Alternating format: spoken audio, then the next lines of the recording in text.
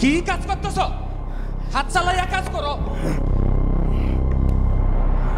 এত আস্তে চলো কেন? তাড়াতাড়ি কাজ করো। একটু পরে আমাদের নেতা আইসা মে দিবসের ভাষণ দিবে। মেহনতি মানুষের নেতা। কিছুতে বুঝলাম না, ফেলফেলাইয়া কি দেখো? সকাল থেকে কাজ করতেছি স্যার, কালকে রাতেও কাজ করছি স্যার। এত কথা শোনার টাইম নাই, কোনো বন্ধ নাই, কাজ করো। স্যার 10-12 ঘন্টা হয়ে গেছে স্যার, আর পারবো না, একটু রেস্ট দরকার। শ্রমিক 10-12 ঘন্টা কি 24 ঘন্টা কাজ করবা? স্যার না স্যার, এটা হয় না স্যার, এটা হয় না। আমরা 8 ঘন্টার বেশি কাজ করতে পারবো না স্যার। তুমি মনে হয় আমার চোখের দিকে তাকাইয়া কথা বলতেছো। স্যার এটা হয় না স্যার, আমরা 8 ঘন্টার বেশি কাজ করতে পারবো না। সবাই এক হও, দুনিয়ার মজদুর এক হও। নাম তার ছিল জন হেনরি, ছিল যেন জীবন্ত ইঞ্জিন। হাতুড়ির তালে তালে শিশি দিয়ে গান গেয়ে খুশি মনে কাজ করে রাত দিন। হো হো হো খুশি মনে কাজ করে রাত দিন। হো হো হো খুশি মনে কাজ করে রাত দিন।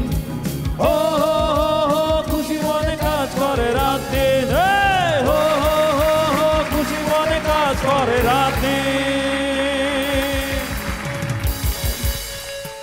আজকে মহান মে দিবস, সমস্ত শ্রমিকদের ভালোবাসা জানিয়ে শুরু করছি আজকের মার্সেল প্রেজেন্টস হাসো সিজন 7। জন হেনরি ইঞ্জিনের সঙ্গে পাল্লা দিয়ে রেল লাইন নির্মাণের কাজ করছিলেন। শেষ পর্যন্ত তিনি মৃত্যুবরণ করেন এবং তারপর শ্রমিকরা আন্দোলন করতে শুরু করে এবং 1886 সালে শ্রমিকরা বলে যে 8 ঘন্টার বেশি পরিশ্রম করবে না কেউ। পুলিশ গুলিবর্ষণ করে, সেই আন্দোলনে শহীদ হয় অনেকে। সেই শ্রমিক থেকে শুরু করে বর্তমানে যারা কাজ করছে সমস্ত শ্রমিকদের প্রতি গভীর ভালোবাসা এবং শ্রদ্ধা জানাচ্ছি আজকে আমাদের হাসো সিজন 7-এর সেট থেকে। আমাদের একটা স্লোগান, দুনিয়ার মজদুর, দুনিয়ার মজদুর। শ্রমিক দিবসের স্লোগান দুনিয়ার মজদুর এক হও। আর সমস্ত আমরা যারা সিঙ্গেল আছি, আমরা যারা ব্রেকআপে কষ্টে জর্জরিত, আমাদের স্লোগান দুনিয়ার মজদু এক হও। এই মজদুরদের ডাকে সাড়া দিয়ে আজকে আমাদের একজন অতিথি এসেছেন, যার জন্য বুকের ভেতরটা করছে, হার্টবিট বেড়ে গেছে। তিনি আর কেউ নন, জনপ্রিয় মডেল এবং অভিনেত্রী তানহা তাসনিয়া। তার জন্য আগেও আমরা যে গান গেয়েছিলাম আজকেও গাইতে চাই। तन्हा जिया ना जाए, तन्हा जिया ना जाए, तन्हा जिया ना जाए। তার মানে আজকের ফুল এপিসোড তানহা আর যাবে না। একটা জোরে হাততালি। সেই সাথে আমাদের প্রিয় অভিনেতা, আমাদের ওস্তাদ মনোজ কুমার প্রামাণিক রয়েছেন, একটা জোরে হাততালি। থ্যাংক ইউ, অনার্ড, আমরা অনার্ড যে আপনি সহ্য করে আছেন। আমাদের প্রিয় অভিনেত্রী শবনম ফারিয়া রয়েছেন আমাদের সাথে, এবং আমাদের দুর্দান্ত অভিনেতা এবং আমাদেরই একজন রয়েছেন সাইদুর রহমান পাভেল। ওকে, এর আগে আপনি এসেছিলেন, জানেন তো এখানে হাসি ঠাট্টার ছলে কত কিছু বলা হয়, আপনাকে নিয়েও যোগটোক বলা হয়েছে, তারপরে আপনি আসতে রাজি হলেন? হ্যাঁ অবশ্যই, এই প্রোগ্রামটা আমার অনেক ফেভারিট, সো আমাকে যতবার ডাকা হবে আমি ততবারই আসবো। ওকে, একটা জোরে হাততালি। এসি ঠিকঠাক আছে তো? এসি ঠিকঠাক আছে? আছে। আমাদের এই শোয়ের ডিরেক্টর আমাদেরকে কুল করবার জন্য, ঠান্ডা করবার জন্য কিন্তু এসি লাগিয়েছে বেশি করে। বিদ্যুৎ বিল আসবে, উনি যথেষ্ট কিপটাক, তাও এসি লাগিয়েছে। কেন? কারণ তিনি জানে যে শ্রমিকের ঘাম শুকানোর আগে বিল দিতে হয়। কেউ যেন না ঘামে এই চেষ্টা উনি করছেন। আজকে এপিসোডটা কতটা স্পেশাল একটু পরে বলবো, তার আগে আগের এপিসোড এনজয় করেছেন? খুব এনজয় করছি, খুবই। এই জন্যই তো এই মায়ে তো থেকে গেলেন। জি হ্যাঁ, আমার গাল ব্যথা করতেছে হাসতে হাসতে, হ্যাঁ, এবং চোখ হাসতে ছোট হয়ে যায়, চোখ বড় করে তাকাতে পারছি না হাসির চোটে, কিন্তু তারপরে আছে। তার মানে আপনি বলছেন শুধু আনন্দ পাবেন এই আশায় আছে, তাই তো? জি। ওকে, সাইদুর রহমান পাবেল, আপনিও কি তাই যে শুধু আনন্দ হচ্ছে, মজা পাবেন এই কারণেই থেকে গেলেন তো, তাই তো? না না না না, ওইটাও জড়িত। ওকে, কেন বললাম?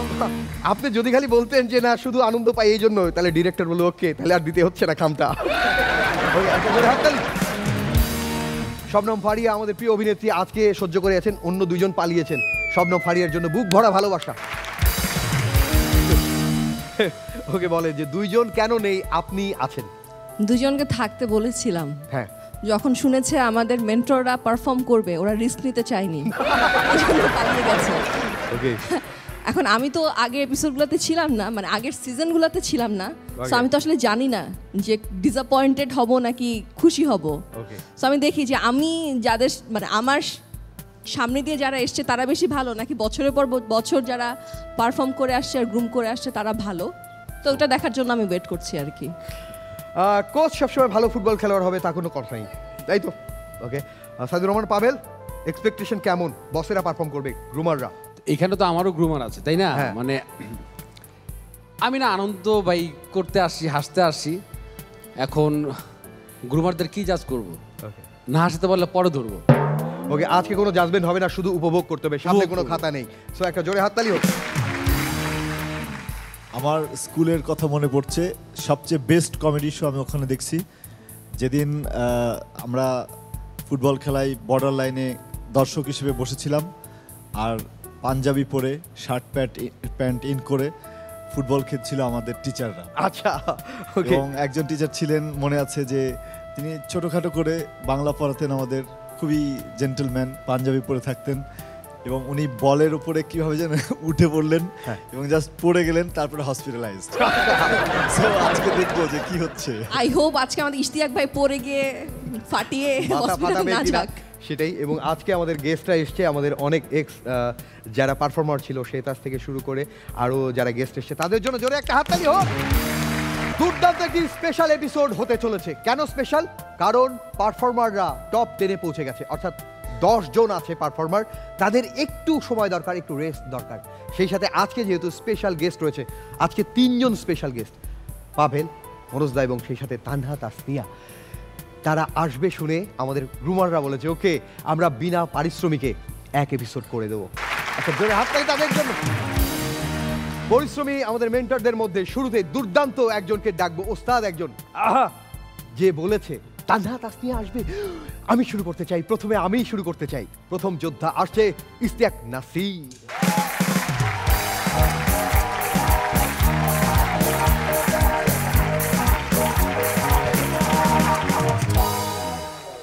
Hi everyone. আগে কাউকে হাই বললে হ্যালো বলে রিপ্লাই দিত, এখন শুনলে আগে বলে হাই হাই তুমি এখনো বিয়ে করো নাই। এই দেশে বিয়ে না করে বাস করা খুব কঠিন। যেখানে যাব, যার কাছে যাব, একটাই কথা, বিয়ে করো বিয়ে করো। মনের মতো এমন একটা মানুষ পেলাম না যে বলবে বিয়ে লাগবে ইশতিয়াক, তুমি এমনি করো।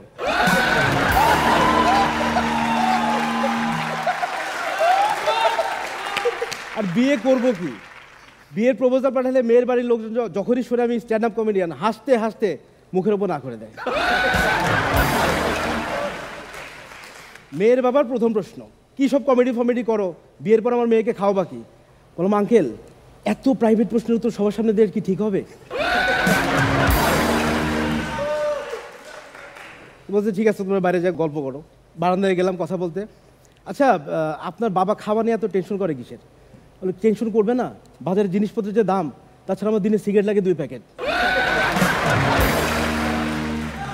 কথা শেষ, চলে আসবো, আমার হবু শ্বশুর আমাকে একটু জ্ঞান দিল, বাবা শোনো একটা ব্যবসা দাঁড় করাও, নিজের পায়ে দাঁড়াও, নাহলে বিয়ে করবা কেমনে? আগে ব্যবসা দাঁড় করাতে হবে, তারপর নিজের পায়ে দাঁড়াইতে হবে, তারপর বিয়ে। তো যা বুঝলাম বিয়ের জন্য একটা ছেলের সবচেয়ে বড় যোগ্যতা হচ্ছে দাঁড়ানো।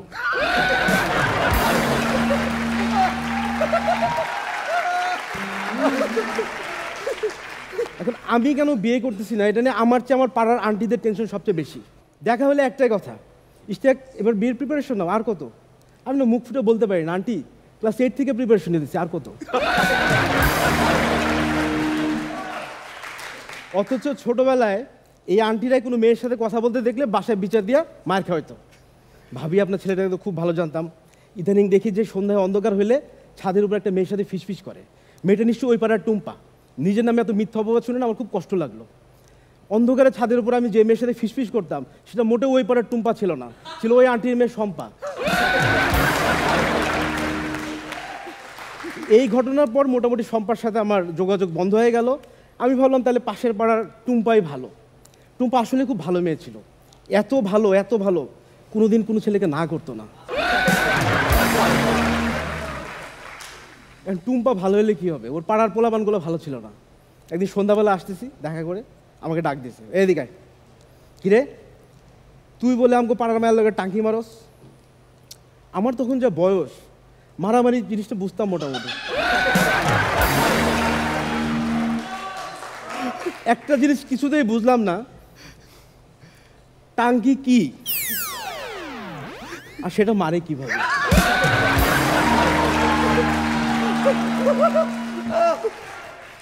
আমার আম্মাও কিন্তু আন্টিদের চেয়ে কম যায় না, বলে বাবা খবরদার মেয়েদের পিছনে ঘুরবা না, সুন্দরী মেয়েরা কিন্তু ছেলেদের মাথা খায়। আমি মার কথা শুনে জীবনে কখনো মেয়েদের পিছনে ঘুরি নাই, ওদের সামনে ঘুরছি।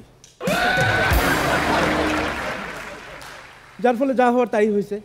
অল্প বয়সে আমার মাথা চুল সুদ্ধা খেয়ে দিয়েছে। সেই মা এখন আমার বিয়ের জন্য ঘ্যান করে, বাবা তোমার আশেপাশে এত সুন্দর সুন্দর মেয়ে দেখি, একটাকে ঘরে নিয়ে আসো। মাকে আমি কেমনে বুঝাই, ঘরে আসতে রাজি হলে একজন কেন? আমি যে চেষ্টা কম করি তা না, কিন্তু অনেক চেষ্টা করি। মেয়েরাও রাজি। বাগড়া বাজার শুধু আমার বাসার দারোয়ান, তার একটাই কথা, মামা ব্যাচেলর বাসায় মেয়ে আসা নিষেধ। কিন্তু আঙ্কেলরা কিন্তু আন্টিদের তুলনায় খুব ভালো, ওনারা তো ঝামেলার মধ্যে যায় না। এসব কথা লাগানো রাজনীতি এগুলোর মধ্যে আঙ্কেলরা নাই। দেখা হলে শুধু সরাসরি সাইডে এনে জিজ্ঞেস করে, বাবা ইশতিয়াক তোমার কোনো সমস্যা নাই তো? মানে এদের যন্ত্রণায় কোনো জায়গায় দাওয়াত খেতে গেলেও সমস্যা হয়। বিয়ের দাওয়াতে কি হয়, কাপড়রা সব জোড়া একসাথে বসে, আমাকে বসতে হয় ওই আঙ্কেল আন্টিদের সাথে। তো একবার আমি প্রতিবাদ করছিলাম যে এই বুড়াদের সাথে আর বসবো না, তারপর থেকে এখন ড্রাইভারদের সাথে বসে। এগুলো না একটা ফ্রাস্ট্রেশন তৈরি করে, তাই না? তা আমি এগুলো ফ্রাস্ট্রেশন দূর করার জন্য কিছু পদ্ধতি আবিষ্কার করছি। ফারি একটু মন দিয়ে শোনো। আমার ঘরের সামনে কিছু লেডিস স্যান্ডেল জুতো আমি এমনি রেখে দিই, বিশ্বাস করো ঘরে কেউ থাকে না, জাস্ট মনের সান্ত্বনা। ভোরবেলা নিজেকে বলি, এই একটু সরে সব তো, বিশ্বাস করো আমার পাশে কেউ শয় না, জাস্ট মনের সান্ত্বনা। টিপ কিনে নিজেই আয়নায় লাগাই রাখি। টিপে আনন্দ পাওয়ার কোনো অপশন তো আমার হাতে নাই।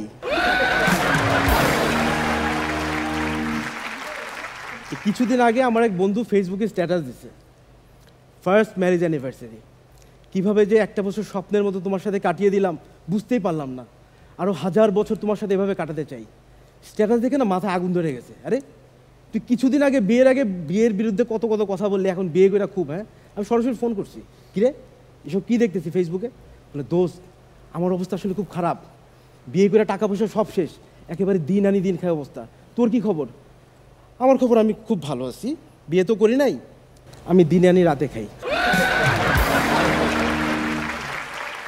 কোথাও ঘুরতে গেলেও সমস্যা। কক্সবাজারে গেছি, সন্ধ্যা হতে না হতেই হোটেলের দরজায় টাক টাক টাক টাক, মামা কিছু লাগলে আওয়াজ দিয়েন। আমি দরজা খুলে দেখি ডাবওয়ালা হাতে ডাব নিয়ে দাঁড়ায় আছে। মামা আমি তো আপনার হোটেলের সামনে ডাব বিক্রি করি, আপনি বিকালবেলা খাইতে চাইছিলেন, তখন তো কচি ডাব ছিল না, এখন নিয়ে আসছি, খাবেন? না, ধোকা খায় পেট ভরে গেছে। একটা বিকালবেলা ডাব চাইছি, তুমি এখন নিয়ে আসছো কিসের জন্যে? আপনাদের তো চিনি ভাই, আপনি ইশতিয়াক নাসির না? আপনি তো দিনে আনেন রাইতে খান। That's my time. Thank you so much.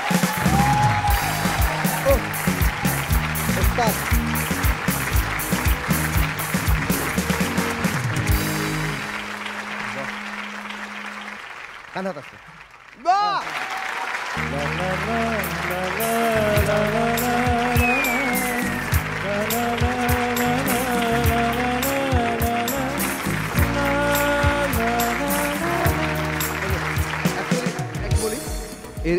এর আগে শবনম ফারিয়াও লাভ রিয়াক্ট দিয়েছে। আমাদের এই শোয়ের নিয়ম হচ্ছে লাভ রিয়াক্ট দিলে এই মিউজিকটা বাজে এবং যে লাভ রিয়াক্ট দেয় তার সঙ্গে পারফর্মার একটা হ্যান্ডশেক করে, একটা হাগ করে, এরকম হাগ করে।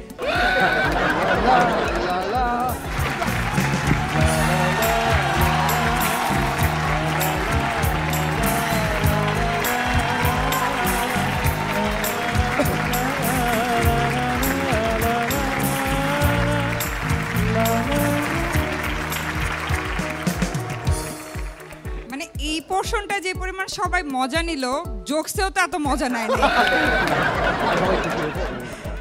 এনিওয়ে, আমি বেশি কিছু বলবো না, বাট আমার কাছে অনেক ভালো লেগেছে। আগের বারও আমি আপনার পারফরমেন্স দেখেছি, but it was best. Thank you. Okay, আপনাকে নতুন করে কিছু বলার নাই, আমরা সবাই জানি আপনি আসলে কি জিনিস।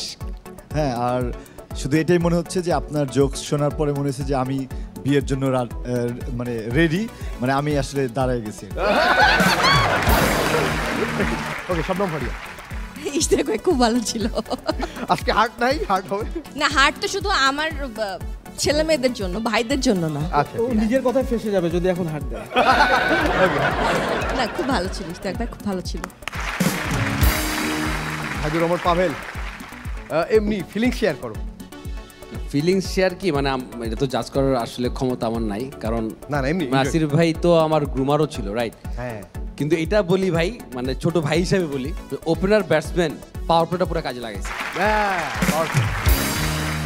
লাভ ইউ ভাই, থ্যাংক ইউ ভাই।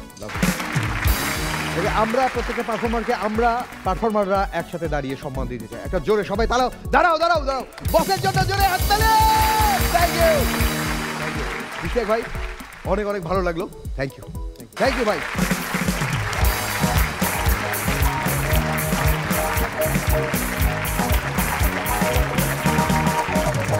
ওপেনার পাওয়ার প্লে কাজে লাগিয়েছে ইশতিয়াক নাসির।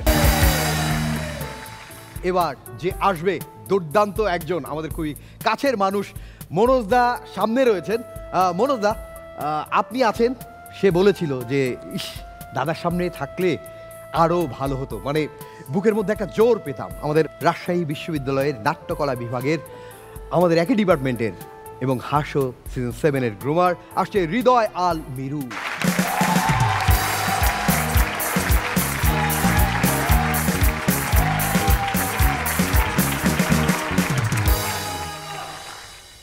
আসসালামু আলাইকুম।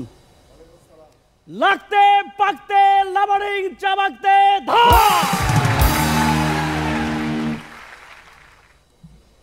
মনোজ দা, আপনি গরুর দুধ খান তো? আপনি গরুর দুধ খান তো? খাইতে কোনো সমস্যা হয় না তো? আমার একবার সমস্যা হয়েছিল, খাইতে গেছি, গরু মুখে উপরে বসে পড়ছে। রনি ভাই, হ্যাঁ রনি ভাই, হ্যাঁ, এই অভ্যেসটা আমার ছোটকাল থেকেই। আমার মা আমারে বলছে আমি নাকি গরুর দুধ খেয়ে খেয়ে বড় হয়েছি। আর আজকে সেই মায়ের আমরা 6 সন্তান। আচ্ছা, আমরা 6 ভাই বোন। আমরা পরিবারে 6 ভাই বোন বলে আমরা 3 ভাই একটা খাটের মধ্যে ঘুমাইতাম, আর আমরা বড় 2 ভাই আমার মাঝখানে রেখে কোলবালিশ বেড়াইতো। মনোজ দা, আমরা স্কুল জীবনে অনেক অ্যাসেম্বলি করে এসছি, আসছি না? আসছি। এটা কমন, ক্যাপ্টেন বাসিপুতি তো আরামে দাঁড়াও সোজা হও, আরামে দাঁড়াও সোজা হও।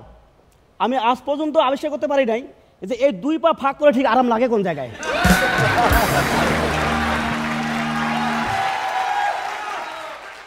স্কুল জীবনে আমরা অনেক শব্দের কথা বলতাম, বড় হয়ে কে কি হব।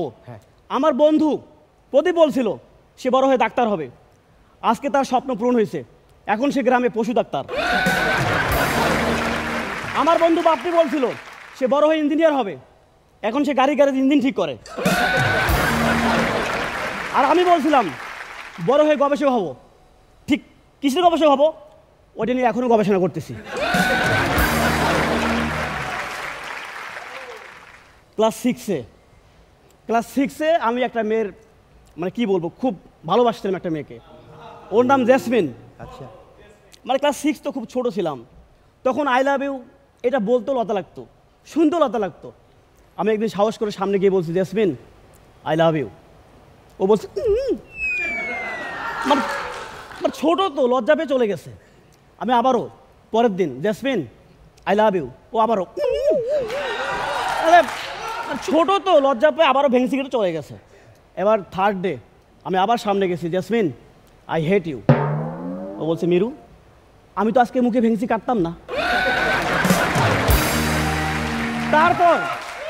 তারপর কোনো একদিন ও আমার সামনে এসে বলছে মিরু আই লাভ ইউ। এবার আমিও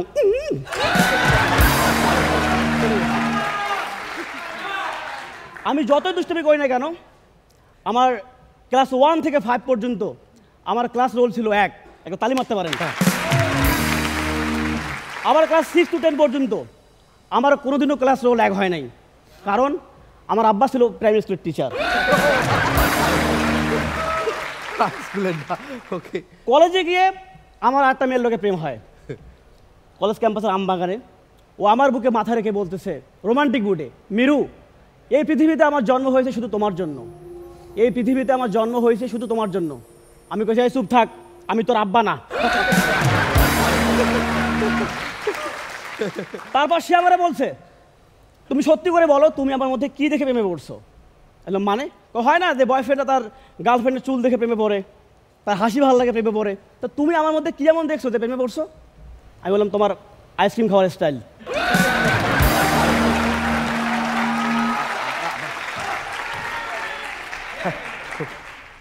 আমার এই প্রেমটা আমার বন্ধু বাপ্পি সহ্য করতে পারতো না। সে এসে বলছে কি তুই কার লগে প্রেম করিস বেটা? আমি যার লগে প্রেম করি ওর গালে একটা তিল, ওর নাকে একটা তিল, ওর ঠোঁটে তিল, ওর গলায় তিল। আমি বলছি ওই ওটা মাইয়া নাকি তিলের খাতা? আমার বিশ্ববিদ্যালয় রাজশাহী ইউনিভার্সিটি, হ্যাঁ রনি ভাই, হ্যাঁ, হ্যাঁ। মনোজ দা, মেয়েদের রোকেয়া হল, হ্যাঁ মনে পড়ছে? হ্যাঁ, রোকেয়া হলের একটা সাদা ফুটফুটে বিড়াল, মেয়ে সাদা ফুটফুটে বিড়াল ওকে, হ্যাঁ একদিন ক্যাম্পাসে ঘুরতে ঘুরতে হারা গেছে সন্ধ্যাবেলা, আর পথ খুঁজে পাচ্ছে না কি করে হলে ফিরবে। সে ঘুরতে ঘুরতে ঘুরতে হঠাৎ মাদারবাগ হলের একটা কালা কুত্তার সাথে দেখা হয়েছে। বলছে ভাই আমি হলে ফিরবো, পথ খুঁজে পাচ্ছি, দেখা দিবা? বলছে তাই, সাইডে আসো দেখাই দিচ্ছি। এই কালা কুত্তা সাইডে নিয়ে গিয়ে রোমান্স করে ছেড়ে দিছে। তারপর সেই সাদা বিড়ালটা আবারও হাঁটতে হাঁটতে হাঁটতে হাঁটতে শেরেবাংলা হলের একটা লাল কুত্তার সাথে দেখা হয়েছে। বলছে ভাই আমি রোকে হলে ফিরবো, আমি পথ খুঁজে পাচ্ছি না, একটু দেখা দিবা? বলছে তাই, সাইডে আসো দেখা দিচ্ছি। ও সাইডে গিয়ে রোমান্স করে ছেড়ে দিয়েছে।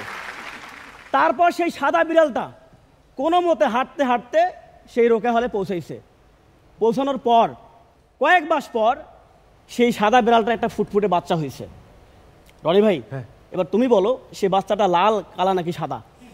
কেউ কে বলতে পারবে? কনফিউজড? কনফিউজ কে বলবে? হ্যাঁ কনফিউজড? সাইডে আসেন বলে দিচ্ছি। Thank you.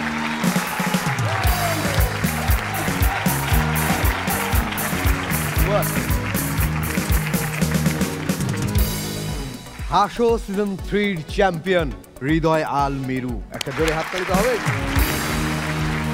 ওকে, মনোজদা শুরুতেই মাইক হাতে নিয়ে এইভাবে বলেন আপনার ডিপার্টমেন্টের ছোট ভাই আমরা প্রাউড ফিল করেন কিনা? আমি কি বলবো যে এখানে তো অলরেডি মানে রাজশাহী ইউনিভার্সিটি আমরা এক জায়গায় হয়ে গেছি, তাই একটা রেশারেশি বৈষম্য এরকম নাকি হচ্ছে। না না, কিন্তু আমার কিছু করার নাই, আই মাস্ট হাগ হিম। আমি আসতে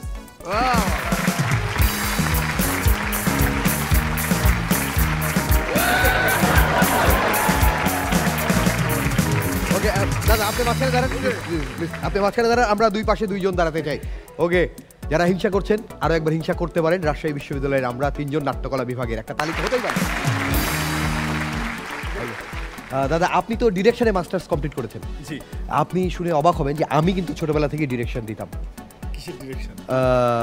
কেউ রাস্তা হারিয়ে ফেললে বলতাম এদিক থেকে ডানে, তারপর বায়ে, তারপর এদিকে। দাদা থ্যাংক ইউ, থ্যাংক ইউ।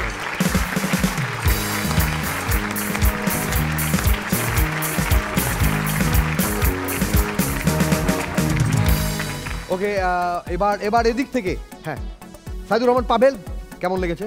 না, মিরু তো চ্যাম্পিয়ন এই জায়গায়, হ্যাঁ। তো আমি আসলে জাজ কি করব। হ্যাঁ। কিন্তু ওই যে মিরু যেটা বললো যে একটা মেয়ের প্রেম পড়ছে যে আইসক্রিম খাওয়ার স্টাইল দেখে, ভাগ্য ভালো যে কোনো মেয়ের কলম কাপড়ের স্টাইল দেখে প্রেমে পড়ে নাই, তারা বিপদ হয়ে বাট মিরু কিছু বলবো? বলেন না। সাইডে আসো।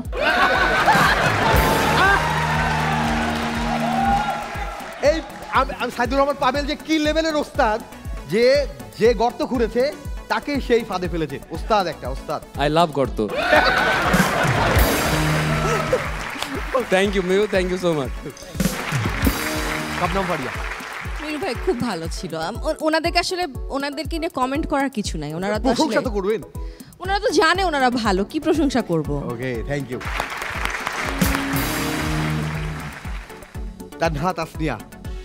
ভালো ছিল, অনেক ভালো লেগেছে, আমরা সবাই অনেক এনজয় করেছি। আর ডোন্ট ওয়ারি, মেয়েরা আপনার স্মাইল দেখে এমনিই প্রেমে পড়বে। ওকে, যেহেতু ফিল্মের দুর্দান্ত অভিনেত্রী রয়েছেন তানহা তাসনিয়া, তাকে একটু ফিল্মি তো মজা দিতে হবে নাকি? মনোজদা, একটু ফিল্মি কিছু হোক, যেহেতু আপনারা ফিল্মের অনেক কজন আছেন, দেবী রয়েছেন ফিল্মের, সো ফিল্মি একটু হোক না। বিরু, ওমর সানি ভাইকে খুব মিস করছিলাম, তিনি কি আসবেন আমাদের এই শোতে? এই শো তো অনেক বড়, আসবে মনে হয়, আসুক না প্লিজ। না বাবা না, আমি ফারিয়াকে ভালোবাসি বাবা। না বাবা না, আমি ফারিয়াকে ভালোবাসি। এই বাবা, তুমি যদি ফারিয়াকে আমার বুকে ফিরে না দাও, আমি এই বাড়ি থেকে চলে যাব। ফারিয়া, উপর থেকে নেমে এসো ফারিয়া। ওকে, এটিএম শামসুজ্জামান স্যার, উনি আবার বলছে যে আমাকে কেউ মিস করলো না। মনোজ, বেশি লাফালাফি করিস না, পেছনে তাকাইয়া দেখ, তোর বন্ধুর বাগানে বন্দুকের নল ঠেকানো আছে। আমার লাগে মস্করা করস, গায়ে তেল হইছে, চাবুকের মায়ের খাইলে তেল সুয়াই উঠবো। সে আরো আরো আরো আরো বস পাবে। তুই জানোস আমি কে? তুই জানোস আমি কে?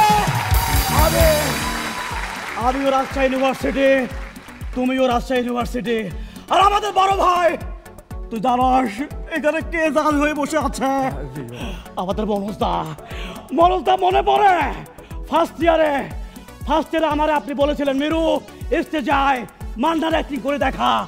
ভুলি নাই, চাপাই নবাবগঞ্জের আমবাগান ভুলি নাই। Thank you. মেরুকে আমরা সবাই দাঁড়িয়ে একবার সম্মান দিতে চাই, আমাদের গ্রুমারদের।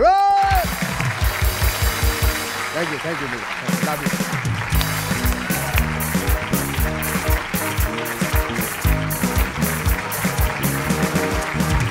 ওকে, এবার যাকে ডাকবো, সে কি যে দুর্দান্ত, মানে কোনো জায়গায় যদি কোনো শো হয় এবং সেই শোতে যদি কোনো স্ট্যান্ড আপ কমেডিয়ান দরকার হয়, কারো যদি কাজ থাকে বা ফ্রি থাকে, যে কে যেতে পারে, কে একবার 100% দর্শককে মাতাবে, কে ওস্তাদ একজন আসবে এবার।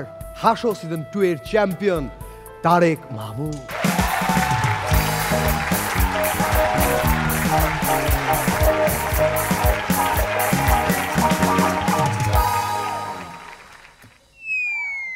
না, একটু আগে আপনি মিরুরে বলছেন আপনি হাসলেই মানুষ প্রেমে পড়ে যায়, এই জন্য হাসি দিয়া চাইছি। ভাই, শ্রমিক অনেক ধরনের, শ্রমিক দিবস আজকে, এই জন্য আমি শ্রমিক, আপু এইমাত্র বুঝছেন। Thank you. তাই তো কই, এত সুন্দর যোগ বলতেছে, হাসতেছে না কেন? শ্রমিক দিবস চলছে, যারা তুলা নিয়ে কাজ করে তারা তুলা শ্রমিক, যারা চা নিয়ে কাজ করে তারা চা শ্রমিক, রাবার ব্যান্ড নিয়ে কাজ করে তারা রাবার শ্রমিক। হ্যালো রাসেল ভাই, হ্যালো শামীম ভাই। এই রাসেল ভাইয়ের চোখে চশমা, খুব পাওয়ারি, মানে চোখ খারাপ, কিন্তু উনার চোখ খারাপের চাইতে ব্যবহার আরো খারাপ। আমার মেজাজ খারাপ হয়ে একদিন শামীম ভাইরে কইছি, আমি তো কি রে ভাই আপনারা হাসতে ওরে নিয়ে আসেন কেন, ওরা ছাড়া আইতে পারেন না? ভাই ওই তো আমাদের সবাই আনে।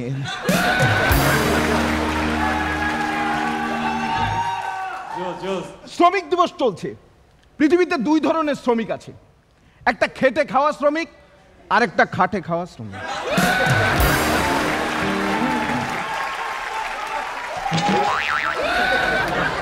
ভাই আমিও একজন কর্পোরেট শ্রমিক, হ্যাঁ আমি কর্পোরেট শ্রমিক, এবং আমি কেমন কর্পোরেট শ্রমিক, আমি কিন্তু শ্রমিক হয়ে জন্মাইনি, আমি গরিব হয়ে জন্মেছি। বিল গেটস বলেছে তুমি যদি গরিব হও, গরিব হয়ে জন্মগ্রহণ করো, এটা তোমার ফল না। আমি বলি হ্যাঁ, এটা আমার বাপের ফল। আমি একটু দুঃখের কথা বলতে চাই আপনাদেরকে, একটু রেফারেন্স টানলে আপনারা বুঝবেন আমি যে কত গরিব, এটা এস্টাবলিশ হবে। মানে আমি খুব গরিব ছিলাম ছোটবেলায়, এত গরিব ছিলাম আমরা যে আমরা ভাত খেতে পারতাম না, আমরা সিগারেট খেতাম। কারণ আমার বাবা কার কাছে যেন শুনেছে সিগারেট খেলে ক্ষুধা নষ্ট হয়। আমরা ব্রেকফাস্টে সিগারেট খেতাম, লাঞ্চে সিগারেট খেতাম, ডিনারেও সিগারেট খেতাম। আপনার বাসায় কি হয়, যখন চাল শেষ হয়ে যায় মা বাবাকে ফোন করে, যে যা চাল আছে তা দিয়ে দুপুর পর্যন্ত চলবে, রাতের বেলা আবার চাল নিয়ে আইসো। আমার মা আমার বাবাকে ফোন করে বলতো, যা সিগারেট আছে ওটা দিয়ে দুপুর পর্যন্ত চলবে, রাতের বেলা সিগারেট নিয়ে আইসো। আমরা গরিব, বাবা অনেকখানে কাজ করতো, মনের ভুলে আনতো না। যেদিন আমার বাবা আসার সময় সিগারেট আনতো না, ওই দিন রাতে আমরা সবাই না খেয়ে ঘুমাইতাম। এবং আমি এত গরিব, এত পুয়োর, সবাই আমাকে নর্মাল গালিও দেয় না। আমি পুয়োর দেখে সবাই আমাকে গালি দেয়, পুয়োরের বাচ্চা।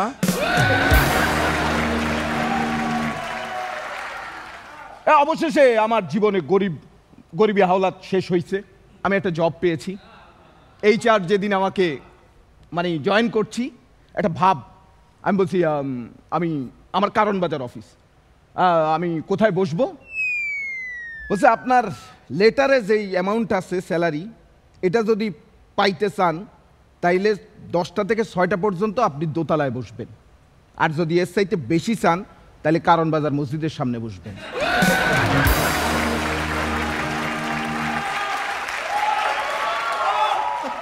এবং কর্পোরেট অফিস, হ্যাঁ, আমি তো গরিব, তো আমি বাসা থেকে লাঞ্চ নিয়ে যাই। আইসে এক সমস্যা, ওভেন তো আমি জীবনে দেখি নেই, ওভেন চালাইতে পারি না। ভাত আনছি, প্লেটের মধ্যে ঢালছি, প্লেট নিয়ে পুরো অফিসে ঘুরতেছি, খুঁজতেছি একজন ওভেন অপারেটরকে যে ওভেন চালাইতে পারে। দেই কেউ যায় না। একজন গেছে, দাদার কাছে গেছি, দাদা ওভেনে কতক্ষণ রাখতে হয়? বলছে মুরগির মাংস হলে 2.5 মিনিট, গরুর মাংস হলে 2 মিনিট। তারপর আমার প্লেটের দিকে তাকাইছে, শুটকির তরকারি 30 সেকেন্ড রাখলেই হবে।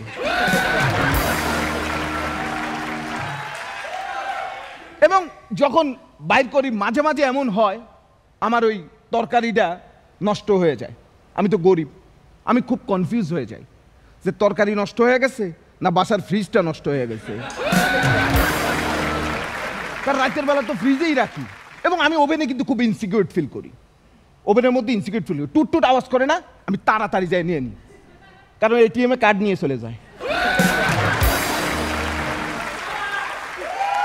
দেখেন আমাদের বসেরা কেমন, বসেরা কেমন, হারা দিন হারা মাস আমি কাজ করছি, কোনো অ্যাপ্রিসিয়েশন নাই। একটা ভুল করলাম, তুমি বলো তো একটা কাজ তুমি ঠিক মতো করো, পুরা মাস ধরে তুমি একটা কাজ ভালো করো নাই, তোমার দিয়ে আমার অফিসে কোনো কাজই হয় না। সাথে সাথে আমি বলছি, স্যার আমার 7 দিনের ছুটি লাগবে। না না না না, ছুটি দেওয়া যাবে না, অফিসে এত কাজ কে করবে? আমার এক ফ্রেন্ড মোহাম্মদপুর গেছে, যা খপ্পরের পড়ছে ছিনতাইকারীর, পড়া হাত পা ভাঙ্গা, চোখ একটা উঠে গেছে, ও হসপিটালের ICU-তে ভর্তি। ফোন দিছে বসেরে, বস আমি খুব অসুস্থ, আমি অ্যাক্সিডেন্ট করছি, আমার ছুটি লাগবে। বলছে না দেখো, ছুটি তো দেওয়া যাবে না, তুমি প্রয়োজনে অ্যাম্বুলেন্সে করে চলে আসো। মানে ওর আসতেই হবে। আমি চিন্তা করলাম বস যায় না, আমি যাই। আমি যাই, বললাম কিরে কি হয়েছে, কেমনে কি? মোহাম্মদপুর গেছি, চাঁদাবাজ দেখছি, চাঁদাবাজ দেখে ওর লগে আমি ফাইট করা শুরু করছি। 2টা দাঁত ফালায় দিছি মোটামুটি। তারপর তারা আতায় উতায় আমার পকেট থেকে 989 টাকা পাইছে। তারপর টাকাটা ফেরত দিছে, তারপর আমার ইচ্ছা মতো পিড়াইছে। আমি কিছু তোরে পিড়াইলো কে? আমি তাদের মারছি এই জন্য পিড়ায় নাই, এই 989 টাকা সেভ করতে যায় যে সংগ্রাম করছি এইটার জন্য মারছে। আমার অফিসের বসের কথা একটু বলি। আমার অফিসের বস হচ্ছে, আমি ক্রিয়েটিভ কাজ করি, আমি হচ্ছে কন্টেন্ট লিখি। তো আমার বস আমারে বলছে যে কোনো ট্যাগলাইন যদি লিখতে হয় কোনো ক্লায়েন্টের বা কোম্পানির, তুই যেটা করবি 2টা করে লিখবি, তারপর তোর সাথে বইসা আমি ঠিক করব কোনটা রাখবো কোনটা ফেলে দিব। তো আমি এরকম 3টা কাজ আসছে, আমি 6টা নিছি, 3 দুগুণে 6টা। বস আমারে নিছে, নিয়ে বলছে ফার্স্টটার প্রথমটা রাখ, দ্বিতীয়টা ফেলে দে, সেকেন্ডটার দ্বিতীয়টা রাখ, প্রথমটা ফেলে দে, তৃতীয়টার প্রথমটা রাখ, দ্বিতীয়টা ফেলে দে। এই সময় বসের ফোন আসছে, ফোন দিয়ে বলতেছে বন্ধু, হ্যাঁ তাড়াতাড়ি বল, তোর ভাবির তো জমজ বাচ্চা হয়েছে, প্রথমটা রাখ, দ্বিতীয়টা ফেলে দে।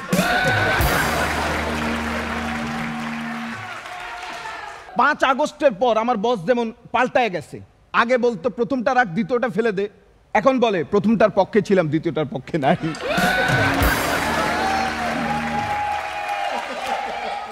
আমাদের তরু ভাই আছে না, তরু ভাই আমাদের পার্টিসিপেন্ট। তরু ভাই যে অফিসে চাকরি করে, ভাবিও সেই অফিসে চাকরি করে। অফিসে দেখবেন এই শ্রমিকরা, আমরা কর্পোরেট শ্রমিক, আমরা সারা দিন কাজ করি, কোনো কাজ আসে না, কোনো কাজ আসে না। যেই অফিস থেকে বাইরেতে যাবো কাজ, বাসায় বসে কাজ। তরুবের মাথায় একটা চিন্তা আসছে, ভাবি যে অফিসে চাকরি করে তরুবাইও চাকরি করে, হঠাৎ করে উনি বউরে টেরেসে ডাকছে অফিসে, ডাইকা বউরে জড়ায় ধরছে। বস আইছে, হ্যাঁ হোয়াট ইজ দিস তরু? ভাবির দিকে তাকায়, হোয়াট ইজ দিস সাথী? এটা কেমনে কি? এটা অফিস, এখানে বাসার কাজ চলবে না। আপনার খারাপ লাগতেছে? হ্যাঁ আমার অবশ্যই খারাপ লাগতেছে। বসে এবার বুঝেন, বাসায় বসে যখন অফিসের কাজ করি কেমন লাগে।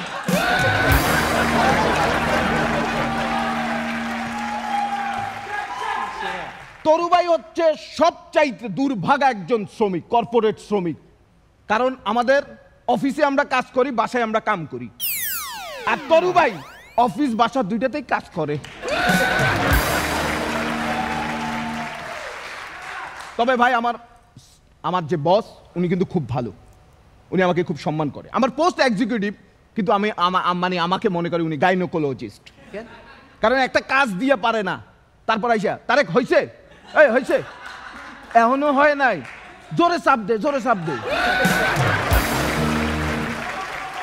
শ্রমিক নিয়ে অনেক কথা বললাম, পরিশেষে একটা কথাই বলতে চাই যে পৃথিবীর চালিকা শক্তি হচ্ছে শ্রমিকরা। শ্রমিকরা কাজ করলে পৃথিবী এগিয়ে যায়, তারা যদি কাজ না করে পৃথিবী থমকে যায়। এজন্য 1 মে যেমন শ্রমিক দিবস, ঠিক তেমনি এই শ্রমিকরা আমাদের কাছে the boss. Thank you very much.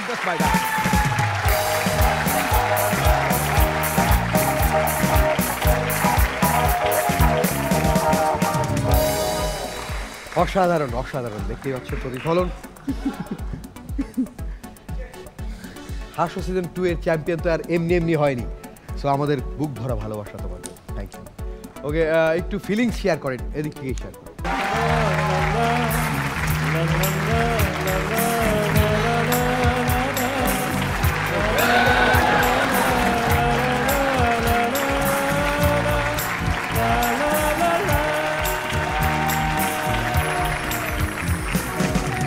ওকে, ঠিক না, ও যখন হাঁকটা করলো না, আমরা একবারে অতীতে ফিরে গেলাম, দীর্ঘদিন আগের জীবনটায় ফিরে গেলাম। কারণ ও যখন ওইখানে হাঁক করলো, সেই দৃশ্যটা একটা ছবি তুললে সেটা একটা সাদা কালো ছবি হবে, সাদা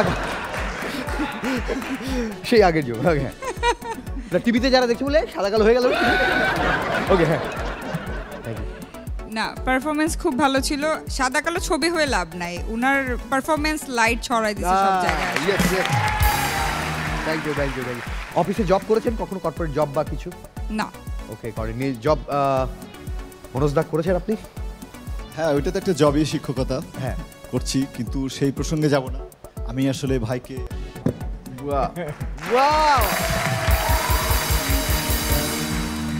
আর বলতে চাই যে আমার হার্ট মানে গুঁড়ো গুঁড়ো হয়ে গেছে, সো অনেক টুকরা আছে, সবাইকে টুকরা দেওয়া যাবে, আর হাগ করতে চাই অবশ্যই। বাহ বাহ বাহ, থ্যাংক ইউ।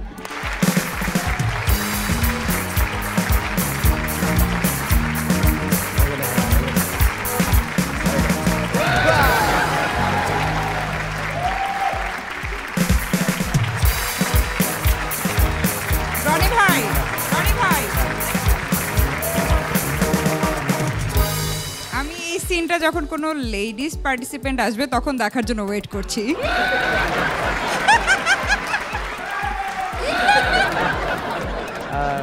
কাউকে বঞ্চিত করা যাবে না কিন্তু, দেখছি।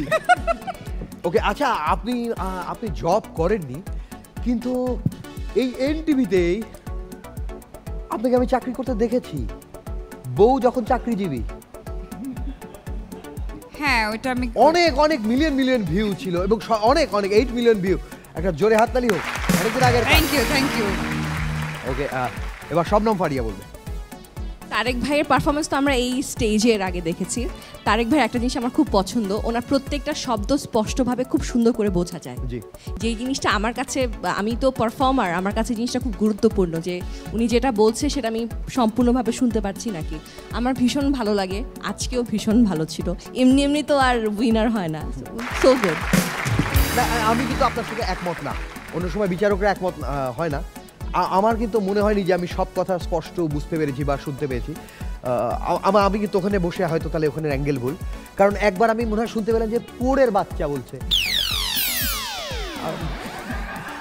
আপনি যেটা শুনেছেন ওইটাই বলেছে। ওকে, হ্যাঁ পাবেন। আমি কিছু বলি না তো, এমন করার কি দরকার? বলি মানে তোমার এক্সপ্রেশন দুই রকম ছিল তারেক ভাই। যখন তার নাতাসিয়ার সাথে হাক করছো একরকম ছিল, দাদার সাথে যখন ছিল তখন অন্যরকম ছিল। তুমি আসলে boss. Thank you so much. ওই যে তুমি যে বলো না কাম করো, এই হাসানের কামটাই করে যাও। লাইভ তারেক ভাই। আমি আমি ছোট্ট করে শুধু ডেডিকেশন বলতে চাই। সত্যি সত্যি সে একটা কর্পোরেট জব করে এবং সেখানে যে কি প্রেশার এবং ক্রিয়েটিভ কাজ করতে হয়, যেই কাজ করতে হয় কাজ করে জমা দিতে হয়, সেটা করে সে দ্রুত শেষ করে আবার সে গ্রুমিং হাউসে যায় এবং সারা রাত যতক্ষণ পর্যন্ত না পারফর্মারদের পারফরমেন্স তৈরি হচ্ছে তার নির্ঘুম রাত। এবং দেখেন যে সে কতটা ডেডিকেশন তার, মানুষের শুধু চোখের নিচে কালি পড়ে, সে গোটাটাই কালি হয়ে গেছে। এবং সে সব কিছু সহ্য করে এবং সে স্টেজে সহ্য করতে পারবে কিনা এই জন্য আমি অনেক আগে থেকে বাইরে থেকে বলা শুরু করি, তাকে রেডি করে নিয়ে এসেছি। সবাই আরেকবার দাঁড়িয়ে সম্মান দিব আমাদের গ্রুমারদের।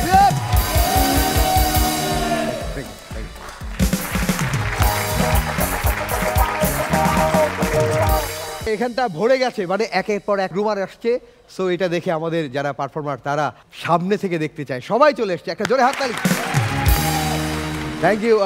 আমাদের আমাদের আমাদের আজকে বিপ্র ভাই এসছে, শ্বেতাজ এসছে, তাদের মিস করছিলাম। থ্যাংক ইউ এসছেন।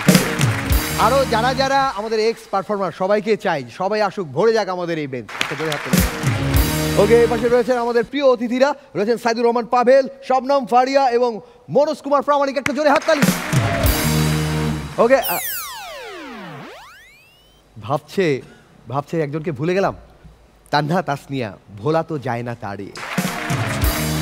মডেল এবং অভিনেত্রী তানহা তাসনিয়ার জন্য জোরে হাততালি। ওকে, এখানে যারা যারা আছেন কারো কোনো প্রশ্ন থাকলে আমাকে প্রশ্ন করতে পারেন, কারণ প্রশ্ন করে কারা? জ্ঞানীরা, জানার জন্য। কোনো প্রশ্ন থাকলে করতে পারেন। কোনো প্রশ্ন, এনি প্রশ্ন, কোনো প্রশ্ন, যে কোনো প্রশ্ন, দুনিয়ার যে কোনো প্রশ্ন উত্তর আছে আমাদের কাছে। উত্তর না বলেন, তানহা তাসনিয়া বলেন আপনি। না, আমি যেটা বলতে চাচ্ছি আমার জ্ঞান কমে যেন কোনো প্রশ্ন নাই। আচ্ছা, ওকে, কারো কোনো প্রশ্ন থাকলে করতে পারেন। আমার একটা প্রশ্ন আছে। আপু মেবি হার্ট সাইন দেখালে হাক করতে হয়, জি, তো ফ্লাইং কিস দিলে কি কিস করতে হয়? বাহ বাহ বাহ বাহ। হ্যাঁ, ওইটা আমিন ভাই করে, আমি খেয়াল করি নাই উনি কি করে। বাবা, দারুণ একটা জিনিস ধরেছেন। তানহা তাসনিয়ার জন্য জোরে হাততালি হোক। আচ্ছা তানহা তাসনিয়া, আপনি এটা নেন। আপনি কি না এবং আমিও নিয়ে কোনো জোক শুনেছেন কখনো? না। আমিও না এবং আমিও নিয়ে হয়ে গেল না? আমরা এই যে প্রশ্নোত্তর করছিলাম না, প্রশ্ন এবং উত্তর। প্রশ্ন নিয়ে কি হতে পারে? কারো কোনো প্রশ্ন কি হতে পারে? সেই প্রশ্নের উত্তর দিতেই আসছে মোহাম্মদ পরশ।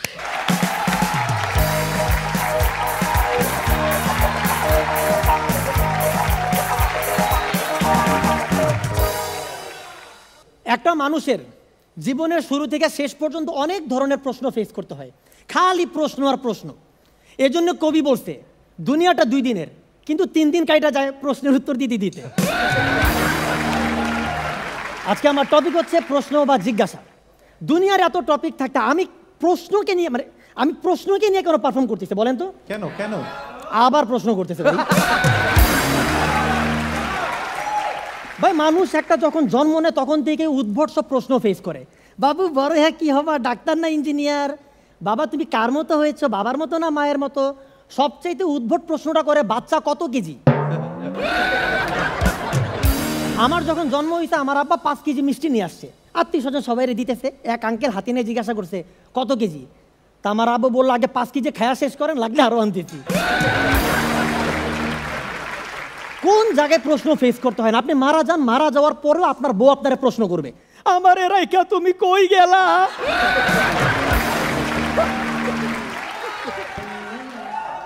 এই প্রশ্নের চক্করে পড়া বাংলাদেশের সুপারস্টার জ্বলন্ত খলিল প্রশ্ন করছে, মৃত মানুষকে কি তুমি কথা বলতে দেখেছো?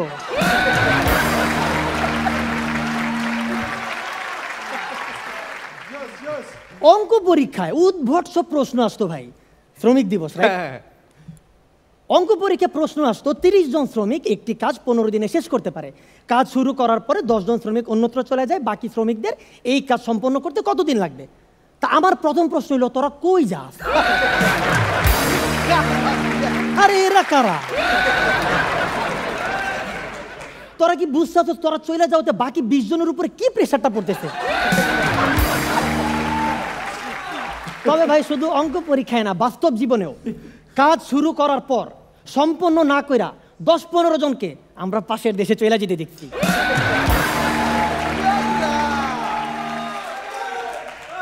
এর মধ্যে একজন শ্রমিক তো আবার কলা পাতাতে শুয়েছিল।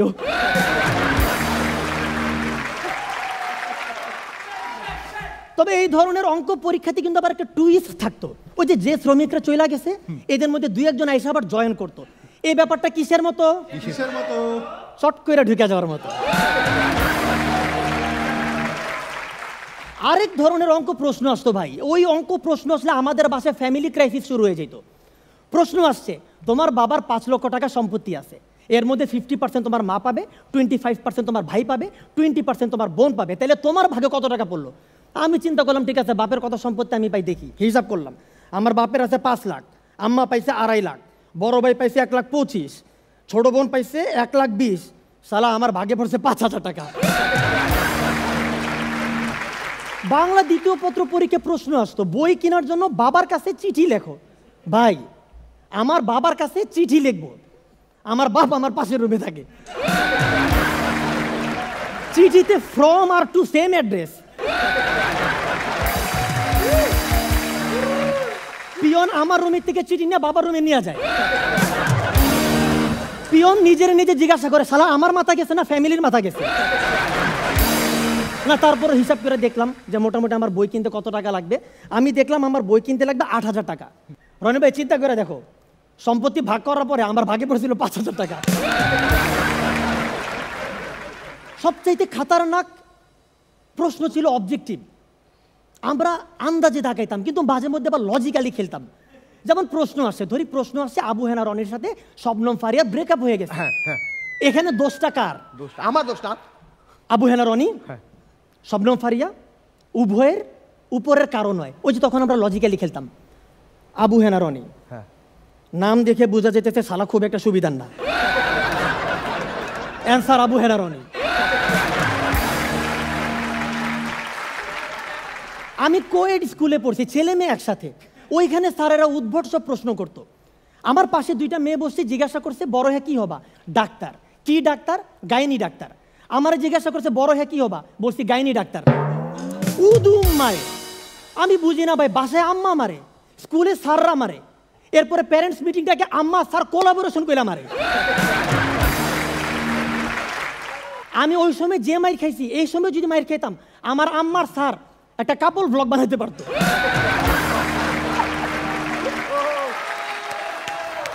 এত মায়ের খাওয়ার পরে আমার বাপ মায়ের এক্সপেকটেশন ছিল বা একটা ভয় ছিল আমি হয়তো পালায় যাব, কিন্তু না, ওস্তাদের ডায়লগ আমার মাথায় আছে, পালাবো না,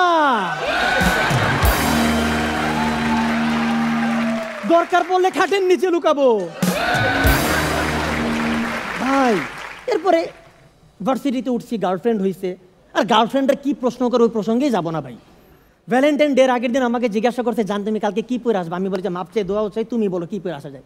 তো গার্লফ্রেন্ড বলে যে জান কালকে আমি নীল চুড়ি পরে আসবো, নীল জুতা পরে আসবো, নীল টিপ দিয়ে আসবো, নীল লিপস্টিক দিয়ে আসবো, নীল শাড়ি পরে আসবো, তুমিও ম্যাচিং করে চলে এসো। আমি বলছি ওকে। পরের দিন গার্লফ্রেন্ড নীল শাড়ি পরে গেছে, আমিও নীল শাড়ি পরে গেছি।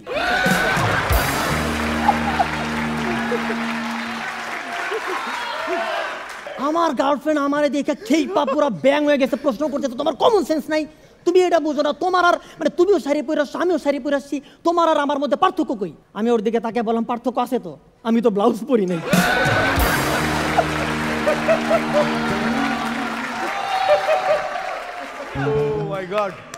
অ্যাডাল্ট হয়েছি ভাই, গার্লফ্রেন্ড আছে, মাঝে মধ্যে ফার্মেসিতে যাওয়া লাগে।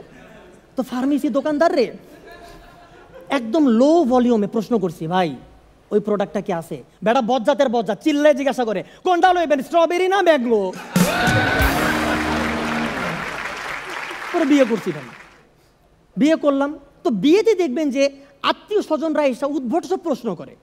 আমি, আমার বউ, আমার শ্বশুর শাশুড়ি দাঁড়ায় আসি, আমার আব্বা একজন গেস্ট নিয়ে আসছে, আঙ্কেলের সাথে হাই হ্যালো কথাবার্তা। এরপর আঙ্কেল আমাকে প্রথম যে প্রশ্নটা করছে সেটা হইলো, আরে বাবা তুমি পরশ, বাবা তুমি তুমি এত বড় হয়ে গেছো, তোমার বিয়ে হইতেছে, তোমার কি মনে আছে তুমি যে ক্লাস 7 পর্যন্ত বিছানায় হিসু করতা?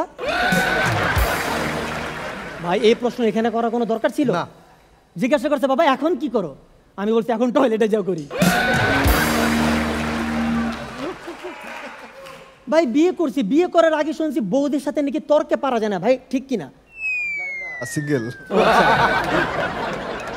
তর্কে পারা যায়, ঠিক আছে, এক্সপ্রেশনই বুঝা গেছি, সমস্যা নেই। বউদের সাথে নাকি তর্কে পারা যায় না, বাট আমি চ্যালেঞ্জ নিছি না, বউয়ের সাথে আমার তর্কে জিততে হবে। আমার অ্যারেঞ্জ ম্যারেজ, অনেক বাস বিচার কইরা একটা বিয়ে করছি, যে মোটামুটি চ্যালেঞ্জ নিছে বউয়ের সাথে তর্কে জিততে হবে। আমি বিয়ে করার পরে জানছি আমার বউ বিভাগীয় পর্যায়ে ডিবেট চ্যাম্পিয়ন। কিন্তু ভাবলাম লজিকে খেলবো, ওরে যুক্তি দিয়ে বুঝাবো, কিন্তু না ভাই তাও সম্ভব না। আমার বউ অনার্স আর মাস্টার্স করছে যুক্তিবিদ্যাতে। ভাই গতকাল রাতে বউকে জিজ্ঞাসা করছি একটু দুষ্টামি করে রোমান্টিক ভাবে, জান বাবু কি ঘুমাইছে?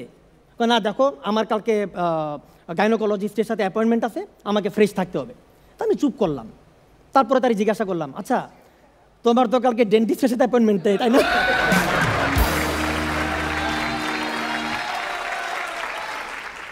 আমার একটা প্রশ্ন আছে, আপনি কেন জানলেন?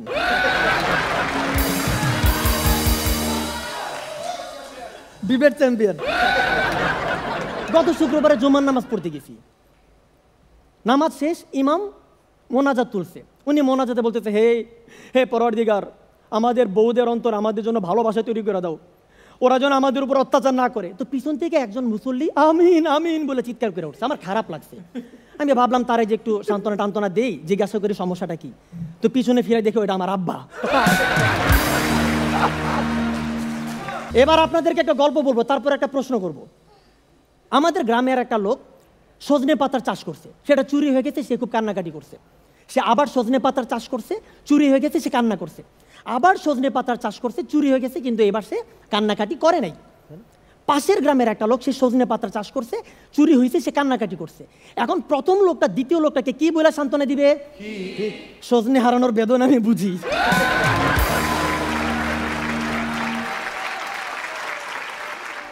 এখন দ্বিতীয় লোকটা প্রথম লোকটাকে কি বলবে? নাটক কম করো প্রিয়।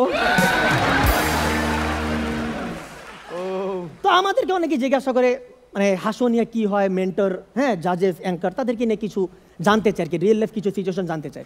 তো সবরমা আমার বউ আপনার বিশাল বড় ফ্যান, থ্যাংক ইউ বলেন। সমস্যাটা এখানেই, আমার বউ এখন আমাকে বলে, পরশ তোমার পারফরমেন্স ভালো ছিল, কিন্তু তোমার উপর এক্সপেকটেশন আরো বেশি ছিল। পরশ তুমি সবসময় একই রকম পারফর্ম করো, একটু বিভিন্নভাবে পারফর্ম করো। পরশ তোমাকে আফ্রিদির মতো কামব্যাক করতে হবে, তোমাকে রিয়াজের মতো পারফর্ম করতে হবে। তোমাকে বকা দিচ্ছে মাইন্ড করো না, কারণ তুমি তো জানো বকা দিলে পারফরমেন্স ভালো হয়। এবার রনি ভাইরে বলি, কয়দিন আগে রনি ভাইয়ের সাথে তার বউয়ের বিশাল ক্যাচার লাগছে, ঝগড়াঝাটি। তো রনি ভাই এক পর্যায়ে তার বউয়ের বিশাল একদম উদুম মাইর। তো সাইফুল ভাই বলতেছে যে রনি বিয়ে ম্যান, হ্যাঁ বউয়ের গায়ে হাত তুলে না, তুমি নতুন একজনকে নিয়ে আসো ঘরে, সো তারা নিজেরা ঝগড়া করবে, তুমি একটু চিল মোড়ে থাকতে পারবা। হ্যাঁ, তো বেসিক্যালি সাইফুল ভাই এটা দিয়ে বুঝাইছে রনি ভাইয়ের একটা বিয়ে করা উচিত, নতুন আর একটা বিয়ে করা উচিত। তো রনি ভাই বুঝতে পারে না, বলো যে সাইফুল ভাই আপনি এই কথাটা দিয়ে অ্যাকচুয়ালি কি বুঝাইছেন? এই কথা শুনে রনি ভাইয়ের বউ বলতেছে, আপনি ওর কথায় কান দিয়েন না, আমার পিটাইতে থাকেন।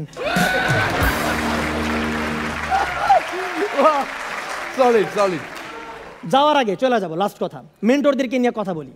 খারাপ কথা বলা যাবে না, কারণ আমরা মেন্টর তো গায়ে লাগে। তো এখানে একটা সিন হয় না যে আমাদের যখন কোনো পারফর্মার এলিমিনেট হয়ে যায়, তাকে সে কান্নাকাটি করে, তারপরে সবাই তাকে জড়ায় ধরে সান্ত্বনা দেয়, মেন্টরও তাকে জড়ায় ধরে সান্ত্বনা দেয়। তো আমাদের ইশতিয়াক ভাই ওয়েট করতেছে শৈলী কবে এলিমিনেট হবে।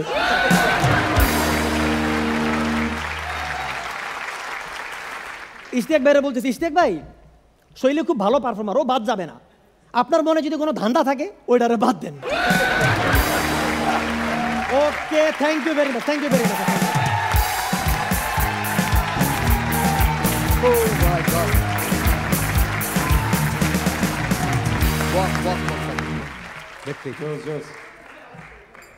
পরশ ভাই খুব খুব খুব বেশি ভালো। মানে কেন আমি পরশ ভাইয়ের পারফরমেন্সের আগে দেখিনি, আই এম ভেরি আনফর্চুনেট যে আমি আগে দেখিনি, বাট যেটা দিয়ে দেখলাম সেটা এত ভালো ছিল যে এখন আমি খুঁজে খুঁজে আগের পারফরমেন্স দেখবো। So good. খুবই দারুণ। একটা প্রশ্ন করা যাবে? অবশ্যই। এই যে প্রশ্ন তো আপনি মেনে নিলেন। ওকে, আমি বলি এখানে যে কজন আছে তার মধ্যে সবচেয়ে বেশি যিনি প্রশ্ন করেন তিনি হচ্ছেন মনোজ কুমার প্রামাণিক। এই প্রশ্ন কোথায় করেন? উনি যেহেতু টিচার, অনেক প্রশ্ন তাকে করতে হয়। না, কথাটা উল্টা, শিক্ষার্থীরা প্রশ্ন বেশি করে, আমরা উত্তর দেই, তবে পরীক্ষায় আবার তারা উত্তরটা দেয়, আমরা কোশ্চেন করি। খুবই দারুণ ছিল সত্যি, খুবই খুবই বুদ্ধিদীপ্ত এবং খুবই কন্টেম্পোরারি। হ্যাঁ, অনেক টপিক আসছে যেটা আসলে আমরা মানে মানে আমাদের চর্চার মধ্যে আছে, ভাবনার মধ্যে আছে, কিন্তু সেটা এখানে এভাবে উপস্থাপিত হবে এটা ভাবিনি। নাইস। কান্ধা তাসমিয়া, বাহ, দাও।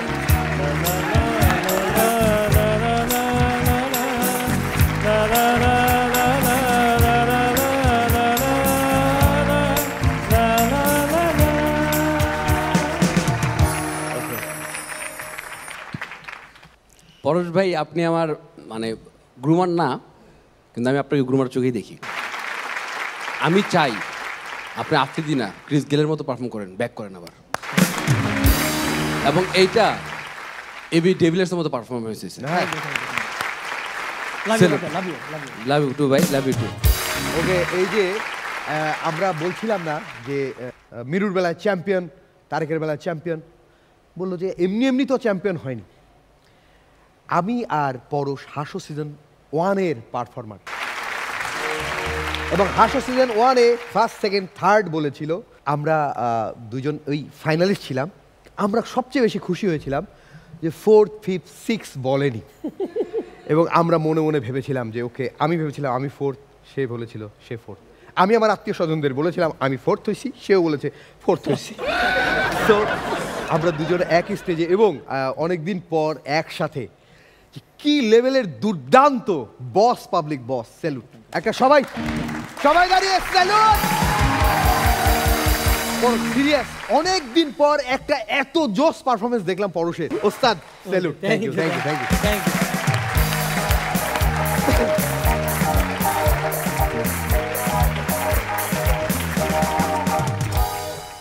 ওকে, একটা জিনিস আপনারা খেয়াল করে দেখবেন যে যারা বোকা, প্রশ্ন নিয়ে অনেক কথা হলো, যারা বোকা তাদেরকে যদি আপনি কোনো প্রশ্ন করেন তারা আবার রিপিট প্রশ্ন করবে। এটা কেন? এদিক থেকে সব বোকারে পাওয়া গেছে না? ওকে, একটা জোরে হাততালি হোক। ওকে, এবার আমরা আমাদের ওস্তাদকে ডাকতে চলেছি। ওস্তাদ, হাসো সিজন 1 নিয়ে কথা হচ্ছিল। হাসো সিজন 1 নিয়ে কথা হচ্ছিল, আমি আর পরশ ছিলাম। সেই হাসো সিজন 1-এর চ্যাম্পিয়ন কে ছিল? কে? আমাদের ওস্তাদ সাইফুর রহমান। সাইফুল আসবে এইবার। আমি ওখানে বসতে চাই।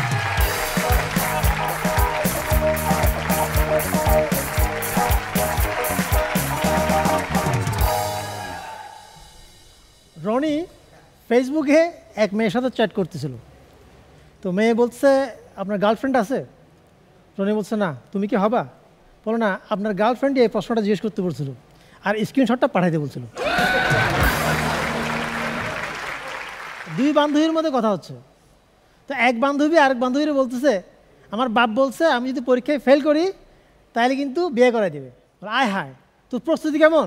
বলে রিসেপশনের লেহেঙ্গা কিনা শেষ।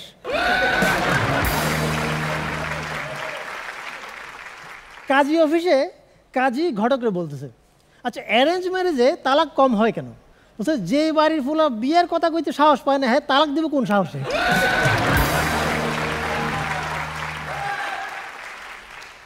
ছেলেদের কল রেকর্ড কেমন হয়? ছেলে থেকে ছেলে 59 সেকেন্ড, ছেলে থেকে মা 10 মিনিট 25 সেকেন্ড, ছেলে থেকে বাবা 2 মিনিট 6 সেকেন্ড, ছেলে থেকে মেয়ে 1 ঘন্টা 45 মিনিট, এবার মেয়ে থেকে ছেলে 5 সেকেন্ড। কিন্তু এই 5 সেকেন্ড মেয়েরা কি বলে? বাবু ব্যালেন্স নাই, কল ব্যাক করো।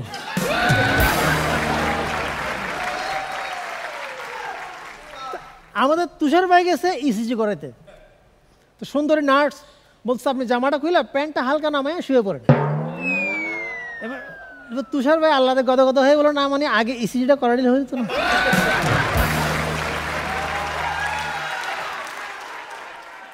স্বামী অফিস থেকে আসছে, দরজায় কলিং বেল চাপ দিল। বউ আবার বয়ফ্রেন্ডের সাথে অন্তরঙ্গ অবস্থা আছে ভিতরে, তাড়াতাড়ি বয়ফ্রেন্ডে খাটে নিচে ঢুকাইয়া দরজা খুললো।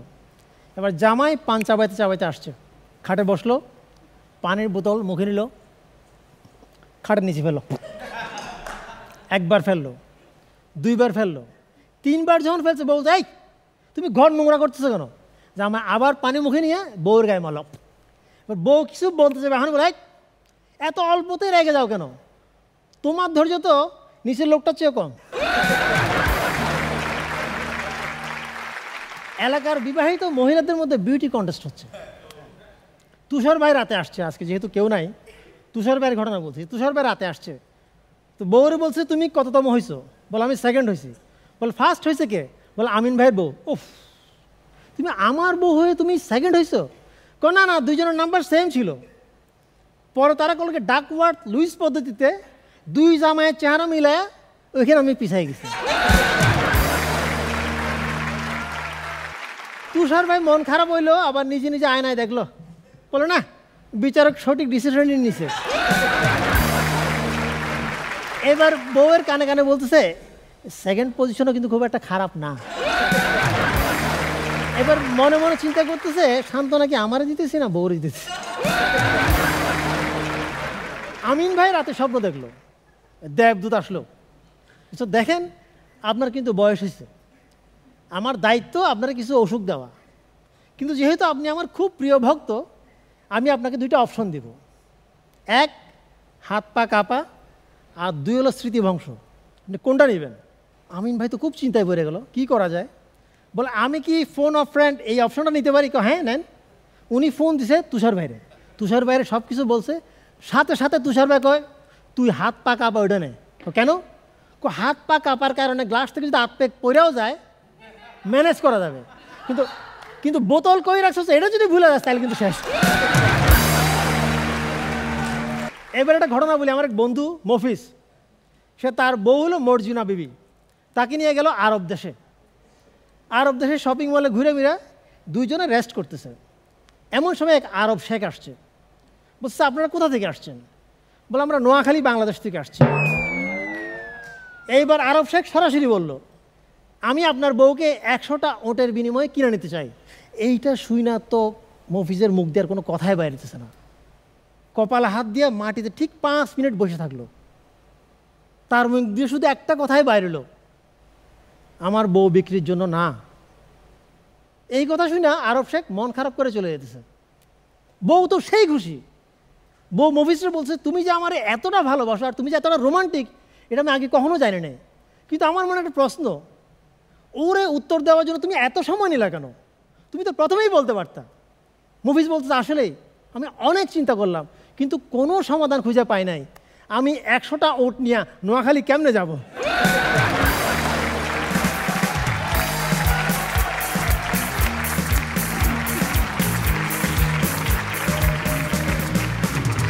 ওস্তাদ ওস্তাদ ওস্তাদ সাইফুর রহমান সাইফুল। সাইফুল ভাই খুব ভালো ছিল, ভেরি নাইস। ওকে মনোজ। খুবই অসাধারণ, খুবই দারুণ। আর সত্যিকার অর্থে যাদের গ্রুমার থাকে না তারাই গ্রুমার হয়ে ওঠে। হ্যাঁ সত্যি এটা আমার অবজারভেশন আর কি, এবং নাইস, মানে আপনি নিজে তো দারুণ পরিবেশন করেছেনই এবং আমি বিশ্বাস করি যে আপনার কাছ থেকে আরও অনেকে গাইডেন্স পাবে এবং অনেকে ভালো করবে। তানহা তাসনিয়া। ওনারা এক একজন এক একটা বস, ওনাদেরকে জাজ করার যোগ্যতা আমার আসলে নাই। অনেক ভালো ছিল, অনেক অনেক মজা লেগেছে। মানে এই লোকের পারফরমেন্স কেমন সেটা আমার যদি বলতে হয়, মানে এটা শুধু ভালো লাগাটা এটা বলা যায়, ভালো তো ভাই সবসময় লাগে। আপনি তো নিজেও জানেন যে আপনার বসের বস, যে বসরা আছে এখানে তাদেরও বস আপনি। সো সাইফুলের জন্য জোরে একটা করতে লিও, আর কিছু বলবো না। সাইফুল ভাই আমরা সবাই অন্যদেরকে আমরা দাঁড়িয়ে সম্মান দিয়েছি, কিন্তু আমরা সবাই দাঁড়িয়ে তার জন্য মোনাজাত করতে চাই। ইয়া আল্লাহ, ইয়া খোদা, আমাদের এই ওস্তাদের তাড়াতাড়ি তার ঘরে পারফরমেন্স করার সুযোগ করে দাও।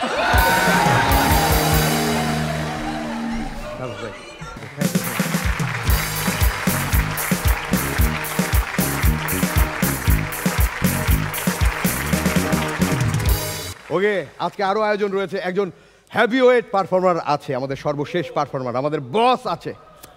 তার সাথে কিসে লড়তে চান আপনারা শুধু বলেন। দুর্দান্ত শ্রমিক দিবসে স্পেশাল এপিসোড, সমস্ত শ্রমিকদের প্রতি ভালোবাসা এবং শ্রদ্ধা আমাদের হাসো সেটের সবার পক্ষ থেকে।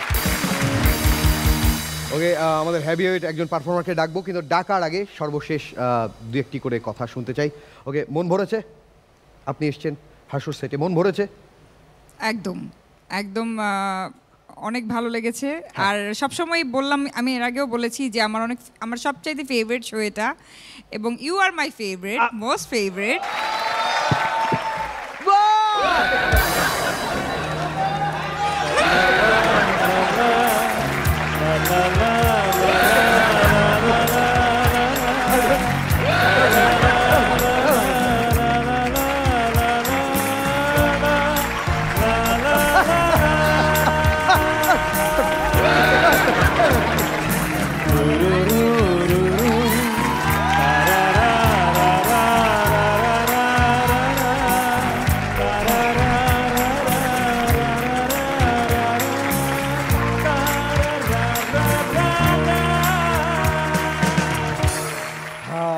রনি ভাই, কিছু মানুষ আছে না, দেখে মজা নেয়, এরা হচ্ছে ওরা। তানহা তাসনিয়ার সঙ্গে আমার অন্য একটা কাজ করার সুযোগ হয়েছে, একটা ওয়েব সিরিজে কাজ করেছিলাম। সো সেখান থেকে অভিজ্ঞতা রয়েছে। তিনি এর বাইরেও কতটা ফ্রেন্ডলি, যে এমন না যে এই শোয়ে এসছে বলে এরকম, এর বাইরেও উনি এই শো নিয়ে কথা বলেন এবং এদেশের ট্যালেন্টেড মানুষদের নিয়ে কথা বলেন। সো তার প্রতি আমাদের অনেক ভালোবাসা। আজকের এই দিনটা মে দিবস, কিন্তু আমার মনে হচ্ছে এটা হাগ ডে করলে ভালো হয়।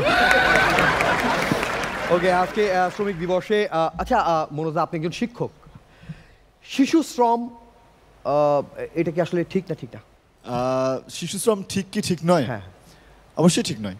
তাহলে এই যে সব স্যারেরা ছোট বাচ্চাদের কেন হোমওয়ার্ক দেয়? বলেন, আপনি বলেন। শিশু শ্রম ঠিক, যে কোনো শিশুকে দিয়ে যে কোনো কিছু করানো যাবে যদি বাবা মা কনসেন্ট দেয়। বাবা মা নিশ্চয়ই কনসেন্ট দেয়, তাহলে বাবা মাকে আগে দায়ী করতে হবে। ওকে, হ্যাঁ, ওকে, হয়েছে তো। মহিবুল্লাহ বলেছিলেন আমার হয়ে কিছু বলেন, আমি বলে দিয়েছি। ওকে, থ্যাংক ইউ। ওকে, হ্যাঁ, শবনম ফারিয়া, এপিসোড স্পেশাল, নিশ্চয়ই ভালো লাগছে। এটা দেখে ভালো লাগছে যে আমাদের যারা পার্টিসিপেন্ট আছে তারা খুব প্রপার জায়গা থেকে গ্রুমিং পাচ্ছে, মানে ঠিক জায়গা থেকে, এটা ভালো লাগছে। সাইদুর রহমান পাভেল আমাদের এই সেকশনটা কেন ছেড়ে গেল? সে নাটকে প্রচুর ব্যস্ত, তার জন্য আমাদের কথা শুনতে হয়। পাভেল অনেক এগিয়ে গেল, কি করছো তোমরা? না ভাই, আমি এখনো বলি, আমি প্রথম পরিচয় হচ্ছে আমি একজন মিরাক্কেলিয়ান, আমি স্ট্যান্ড আপ কমেডিয়ান, তারপর হচ্ছে আমি অভিনেতা। সব জায়গায় আমি পরিচয় দিই, সারা জীবন সেটাই দিব। এবং আমি খুব সৌভাগ্যবান যে যাদের সামনে পারফর্ম করে আমি পাভেল হয়েছি আজকে, আমি নার্ভাসও না, আসলেই তাই ভাই। একটা বছর একসাথে ছিলাম না, আমি ওনারা হাগের কথা বলতাম যে যারা এর আগে পাইছে আর উনি যখন পাইছে অনেক পার্থক্য ছিল। আগেটা ছিল এই, এটা ছিল এই। সো আমারও হিংসাটা হচ্ছে যে আমি রনি তো স্পেশাল। ওকে, হইতে পার, ভাই হও। ওকে, আমি বলি, আগে সবাই যা পেয়েছে সেটা হচ্ছে ওয়ান সাইড লাভ, এটা বোথ সাইড লাভ। ওকে, পাভেলের জন্য জোরে হাততালি হোক। আচ্ছা পাভেল, শুধু একটা সবার সামনে, পাভেল তো কিছু বলেনি, যেহেতু দুইজন ফিমেল গেস্ট আছে। একটা ডালে 7টা পাখি ছিল, প্লিজ এটা একটু একবার বলতে হবে। একজন শিকারী গুলি করলো, 6টা পাখি উড়ে গেল, একটা উড়লো না, এটা প্লিজ। হ্যাঁ, দাঁড়ায় বলবো। হ্যাঁ, যেহেতু 2টা ফিমেল আছে তাদের অনারে। ও আচ্ছা, এখানে বলবে, হ্যাঁ, না বললে মজা পাবে না।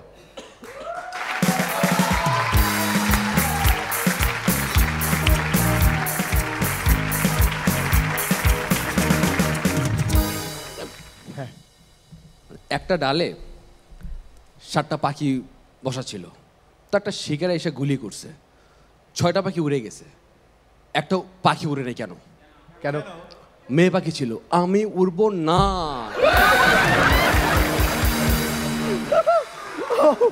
Boss public, okay please please please, thank you. আমি ওয়েট করতেছিলাম কোনো মানে আসে কিনা, ওটার জন্য আসছি।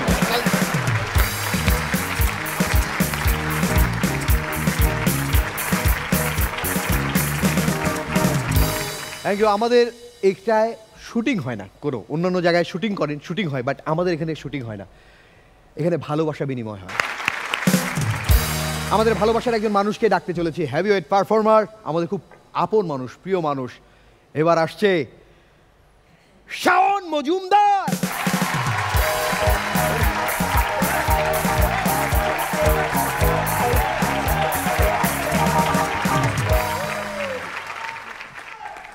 সব ভাড়া করা,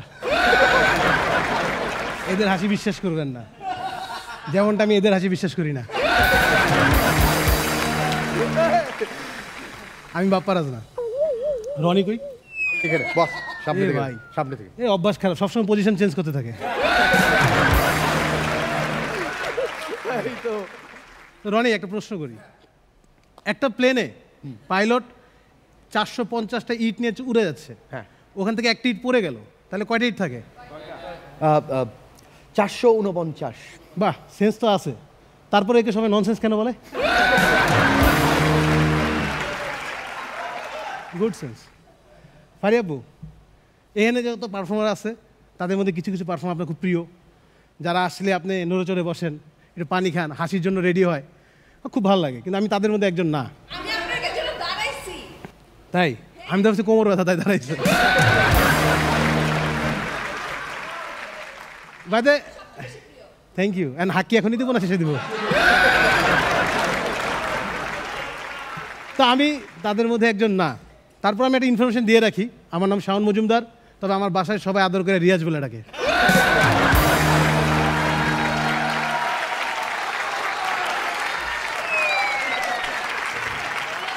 এই যোগটা আমার রিয়াজ বলতে বলছে। আমাদের গ্রামে একটা কথা আছে যে গালে হাত দিয়ে থাকলে নাকি বিয়ে হয় না।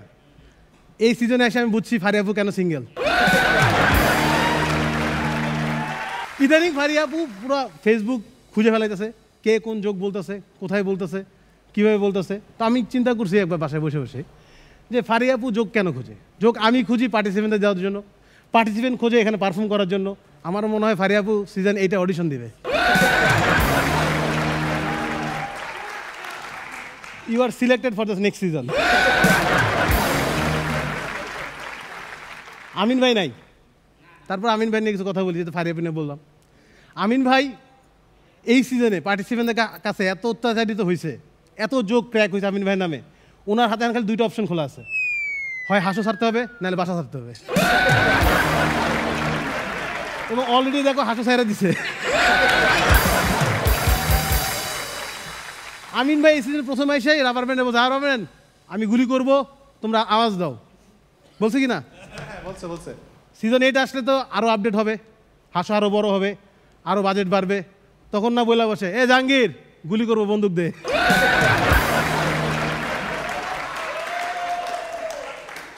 বন্দুক দিতেই পারে, কিন্তু সিচুয়েশনটা তখন কেমন হবে? প্রথম 3 রাউন্ডে আমরা বেস্ট 10-12টা পার্টিসিপেন্ট হারাবো, তারা আউট হয়ে যাবে, হাসো থেকে না দুনিয়া থেকে। অদ্ভুত লাগে।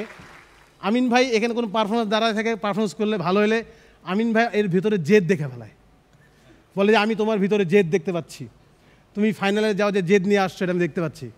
এখানে দাঁড়ায় পার্টিসিপেন্ট কি বলে, আল্লাহ বাঁচাইছে আপনি জেদ দেখছেন, ভিতরে আঙ্গুর শুকায় কিসমিস হয়ে গেছে, দেখেন নাই।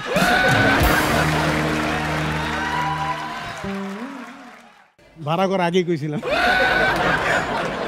পৌঁছে যাবে, টাকা পৌঁছে যাবে। তুষার ভাই নাই, তুষার ভাই কিছু কথা না বললে টেলিকাস্ট যখন দেখবে তখন আমার ফোন দেখবো, কিরে তুই আমার কিছু বললি না। তুষার ভাইয়ের কোনো অবজারভেশন নাই, জাস্ট একটা কাহিনী বলি। তুষার ভাই একদিন গাড়ি নিয়ে যেতেছিল, হঠাৎ করে একটা লোক চাপা পড়ে গেছে, পায়ে ব্যথা পাইছে। তুষার ভাই গাড়ি থেকে তাড়াহুড়ো করে বেরিয়েছে, ভাইয়া ভাই আপনি ব্যথা পান নাই তো? দেখেছি পায়ে থেকে রক্ত, তাড়াতাড়ি আবার গাড়িতে ফেরত গেছে, গিয়ে এক প্যাক বানাই নিয়ে আসছে। বলছে এটা খান, আরে না আমি এগুলো খাই না। বলে আরে খান, আপনি ব্যথা পাইছেন, এটা খাইলে ব্যথা কমে যাবে। বলে না আমি খাবো না। পরে ওষুধ মনে করে খান। সে এক প্যাক খাইলো। বলে ব্যথা কি কমছে? বলে হ্যাঁ একটু কমতেছে। তুষার ভাই দৌড়ে গিয়ে আরেক প্যাক নিয়ে আসছে। বলে খান। ভাই আমি আগেই বলছি আমি এগুলো খাই না, আপনি আমার জোর করতেছেন কেন? আরে ভাই ব্যথা তো কমতেছে। বলে হ্যাঁ খান, পুরাটা চলে যাবে। সে আরেক প্যাক খাইলো। তুষারের পকেট থেকে মোবাইল বের করে কল দিল 999-এ। Hello police? বলে হ্যাঁ। 1 লোক মদ খেয়ে আমার গাড়ি নিচে পড়ছে।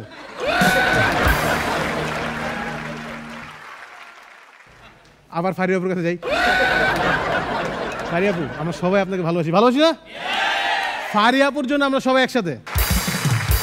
ফারিয়াপু আপনি এই সিজনে অনেকগুলো হার্ট দিচ্ছেন, প্রচুর লোক হার্ট পাইছে, এখানে সবাই মোটামুটি পাইছে, কিন্তু আমার ভিতরে কষ্ট কি, খালি মেয়েরাই হাগ পাইছে, ছেলেরা পায় নাই। এই মহিলা পাইছে, মহিলা ছেলের মধ্যে পড়ে না, শিশু। ও আপনার ছেলের জন্য হাত দিছেন, কিন্তু আমার মনে একটা কষ্ট, ছেলেরা কেন পাবে না? আমি গত কয়েক মাস ধরে রিসার্চ করছি, বিভিন্ন ডাক্তারের সাথে কথা বলছি যে এটা কেন হইতেছে। পরে তারা আমাকে যে রেজাল্ট দিচ্ছে সেটা আমি আপনাকে জানাতে আসছি। ডাক্তাররা বলছে আপনার যার ইচ্ছা তারা হাত দিতে পারেন, যখন ইচ্ছা তখন হাত দিতে পারেন, হাত দিলে কেউ মা হয় না।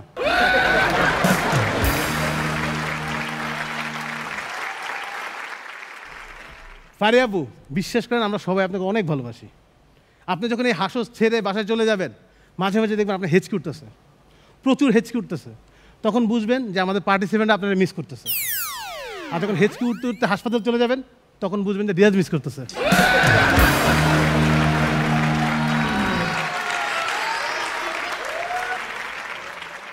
এখানে পার্টিসিপেন্ট যখন পারফর্ম করার পর যখন ওখানে যে আপনি একটা জিনিস খেয়াল করছেন, ওখানে কী হয়, এই যে গেলে মেন্টারদের সাথে হাত মিলায়, নিচ থেকে উপরে হাত মিলায়, অনেক কষ্ট হয় আমাদের হাত মিলতে। এটা ডিপেন্ড করে কে কত ভালো পারফর্ম করতেছে। যে যত বেশি ভালো পারফর্ম করে ওখানে গিয়ে হাত মিলানোর স্পিডটা, পাওয়ারটা তত বেশি হয়। যা যত বেশি ভালো পারফরমেন্স করে জোরে হয়, কম হলে টাচতে হয়। আর যারা একদম খারাপ তারা গিয়ে হাতটা মিলায় না, যে বসে পড়ে। সবচেয়ে ডেঞ্জার জন্য যে মাঝখানে যে বিপ্র বসে রয়েছে, এটা নিচ থেকে উপরে যখন হাত মিলানো হয়, ওরা থাকে হলে একদম নাগাসাকির মধ্যে, মানে একটা তালি যদি মিস হওয়ার কানের মধ্যে পড়ে পারমাণবিক বোমার মতো শব্দ হইব। এই পর্যন্ত কেউ হয় না, আহত হয় নাই। রাবার ব্যান্ড আমাদের চাই রয়েছে, কিন্তু আমার নিয়ে কিছু কবি না, কব। এই সিজনে রাবার ব্যান্ড যত পচানি খাইছে, আমার কাছে মনে হয় এরা রাবার ব্যান্ড নাই, এরা এদের বাবার ব্যান্ড হয়ে গেছে। ওকে শেষ, খতম। এবার নিজের কথা কিছু বলি। পৃথিবীতে মানুষের 3টা জিনিসের উপর হাত থাকে না। 1 কি? জন্ম, 2 বিয়ে, 3 মৃত্যু। আমার কথা হলে জন্ম আর মৃত্যুর মাঝখানে বিয়েটা কেন দিল? কারণ মানুষ হঠাৎ করে মৃত্যুটা সহ্য করতে পারবে না, তাই বিয়ে করে প্রথমে আত্মরা বানায়, তারপর মৃত্যুর দিকে চলে যায়। একটা মাছ কীভাবে ভাজি করে? মাছ গরম তেলে দেওয়ার আগে তার গায়ে হলুদ দেয়, মরিচ দেয়। বিয়ের আগে কিন্তু হলুদ হয়, তারপর সারাদিন ডুবা তেলে ভাজো। খুব খারাপ অবস্থা। আমারও বিয়ে হয়েছিল, এটা হাততালি চাই, আমার বিয়ে হয়েছে। মানুষ একসময় ভাবতো আমার গার্লফ্রেন্ডে হইব না, এরপর বিয়ে হয়েছে। কিন্তু কারণ হলো গিয়ে অনেকেই বলে যে তুমি কি দেখে আমার বিয়ে করছো, আমার বউরে জিজ্ঞেস করে। তখন বলে যে আমি ওর গালের টোল দেখে প্রেমে পড়ছি। আমার জিজ্ঞেস তুমি কি দেখে প্রেমে পড়ছো? আমি ওর গালের টোল নাই, তো পেটে একটা নাভি আছে। এটা অকারণ কিছু নাই, কারণ যেটা আছে এটা বলতে হয়, দেখাই তো হয় না।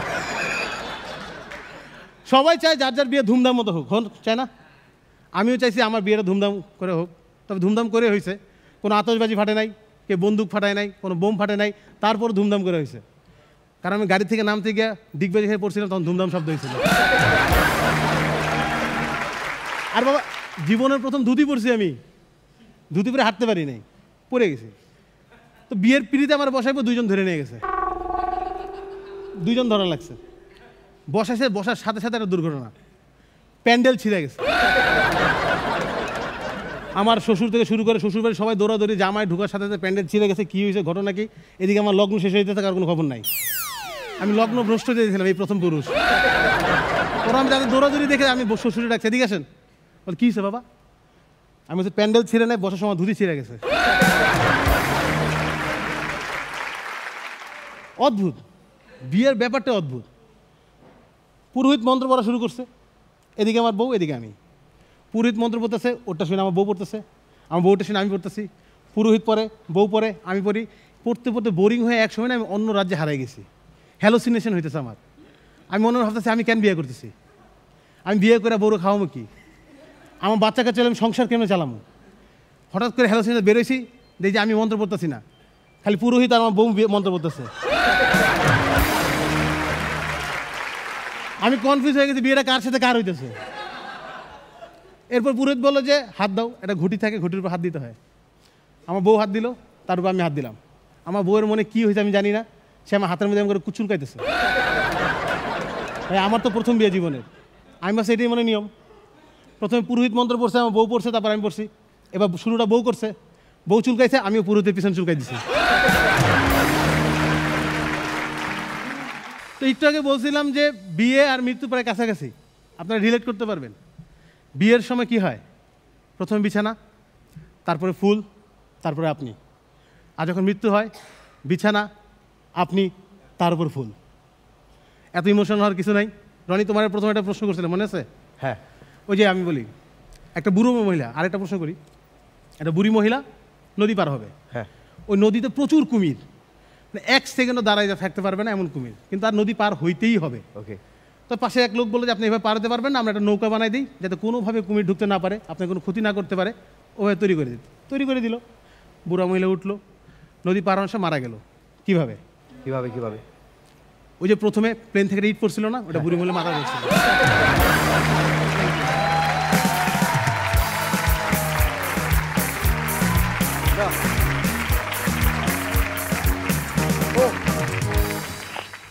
ওকে, মন খুলে ধুমাধুম, যে যার মতো একটু বলে দেন, যে খাস যা খুশি। এই মাইক ওই মাইক্রোফোন আইসো, যাও তুমি ওদিকে।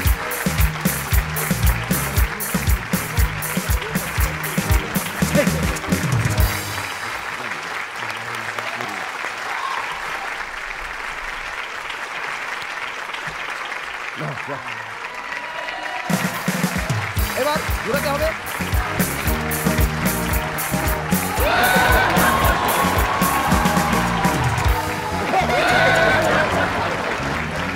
Thank you, thank you, thank you, একটা জোরে হাততালি। Thank you, thank you. অসাধারণ, মানে আজকে একটা অসাধারণ মিলন মেলা হয়ে গেল। Thank you. ওকে, কাউকে কিছু বলবার নেই। আজকে যে আয়োজনটা ছিল দুর্দান্ত, আমি বলবো সবগুলো গ্রুমার এক দৌড়ে চলে আসেন মঞ্চে।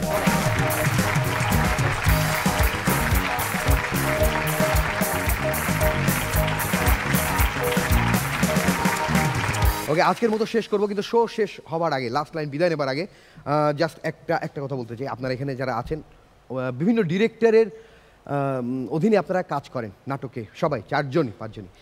ডিরেক্টরের কখনো অভিনয় দেখেছেন আপনারা? ডিরেক্টরের দুর্দান্ত অভিনয় দেখেছেন কখনো?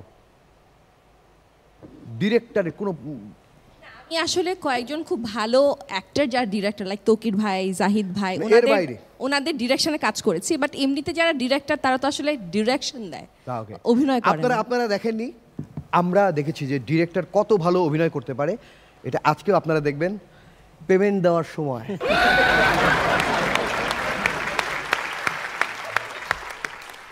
আমাদের সবার পক্ষ থেকে শ্রমিক দিবসের শুভেচ্ছা, যিনি আমাদের পরিশ্রম করিয়ে নিচ্ছেন, জাহাঙ্গীর ভাই এবং মোস্তফা ভাইয়ের জন্য।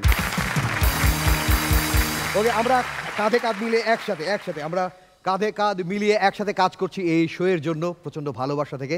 10 জন কন্টেস্টেন্ট নিয়ে আমরা প্রত্যেক বৃহস্পতি এবং শুক্রবার যে শো নিয়ে হাজির হই আপনাদেরকে আনন্দ দেবার জন্য। সেই শোয়ের নাম মার্সেল প্রেজেন্টস হাসো সিজন 7।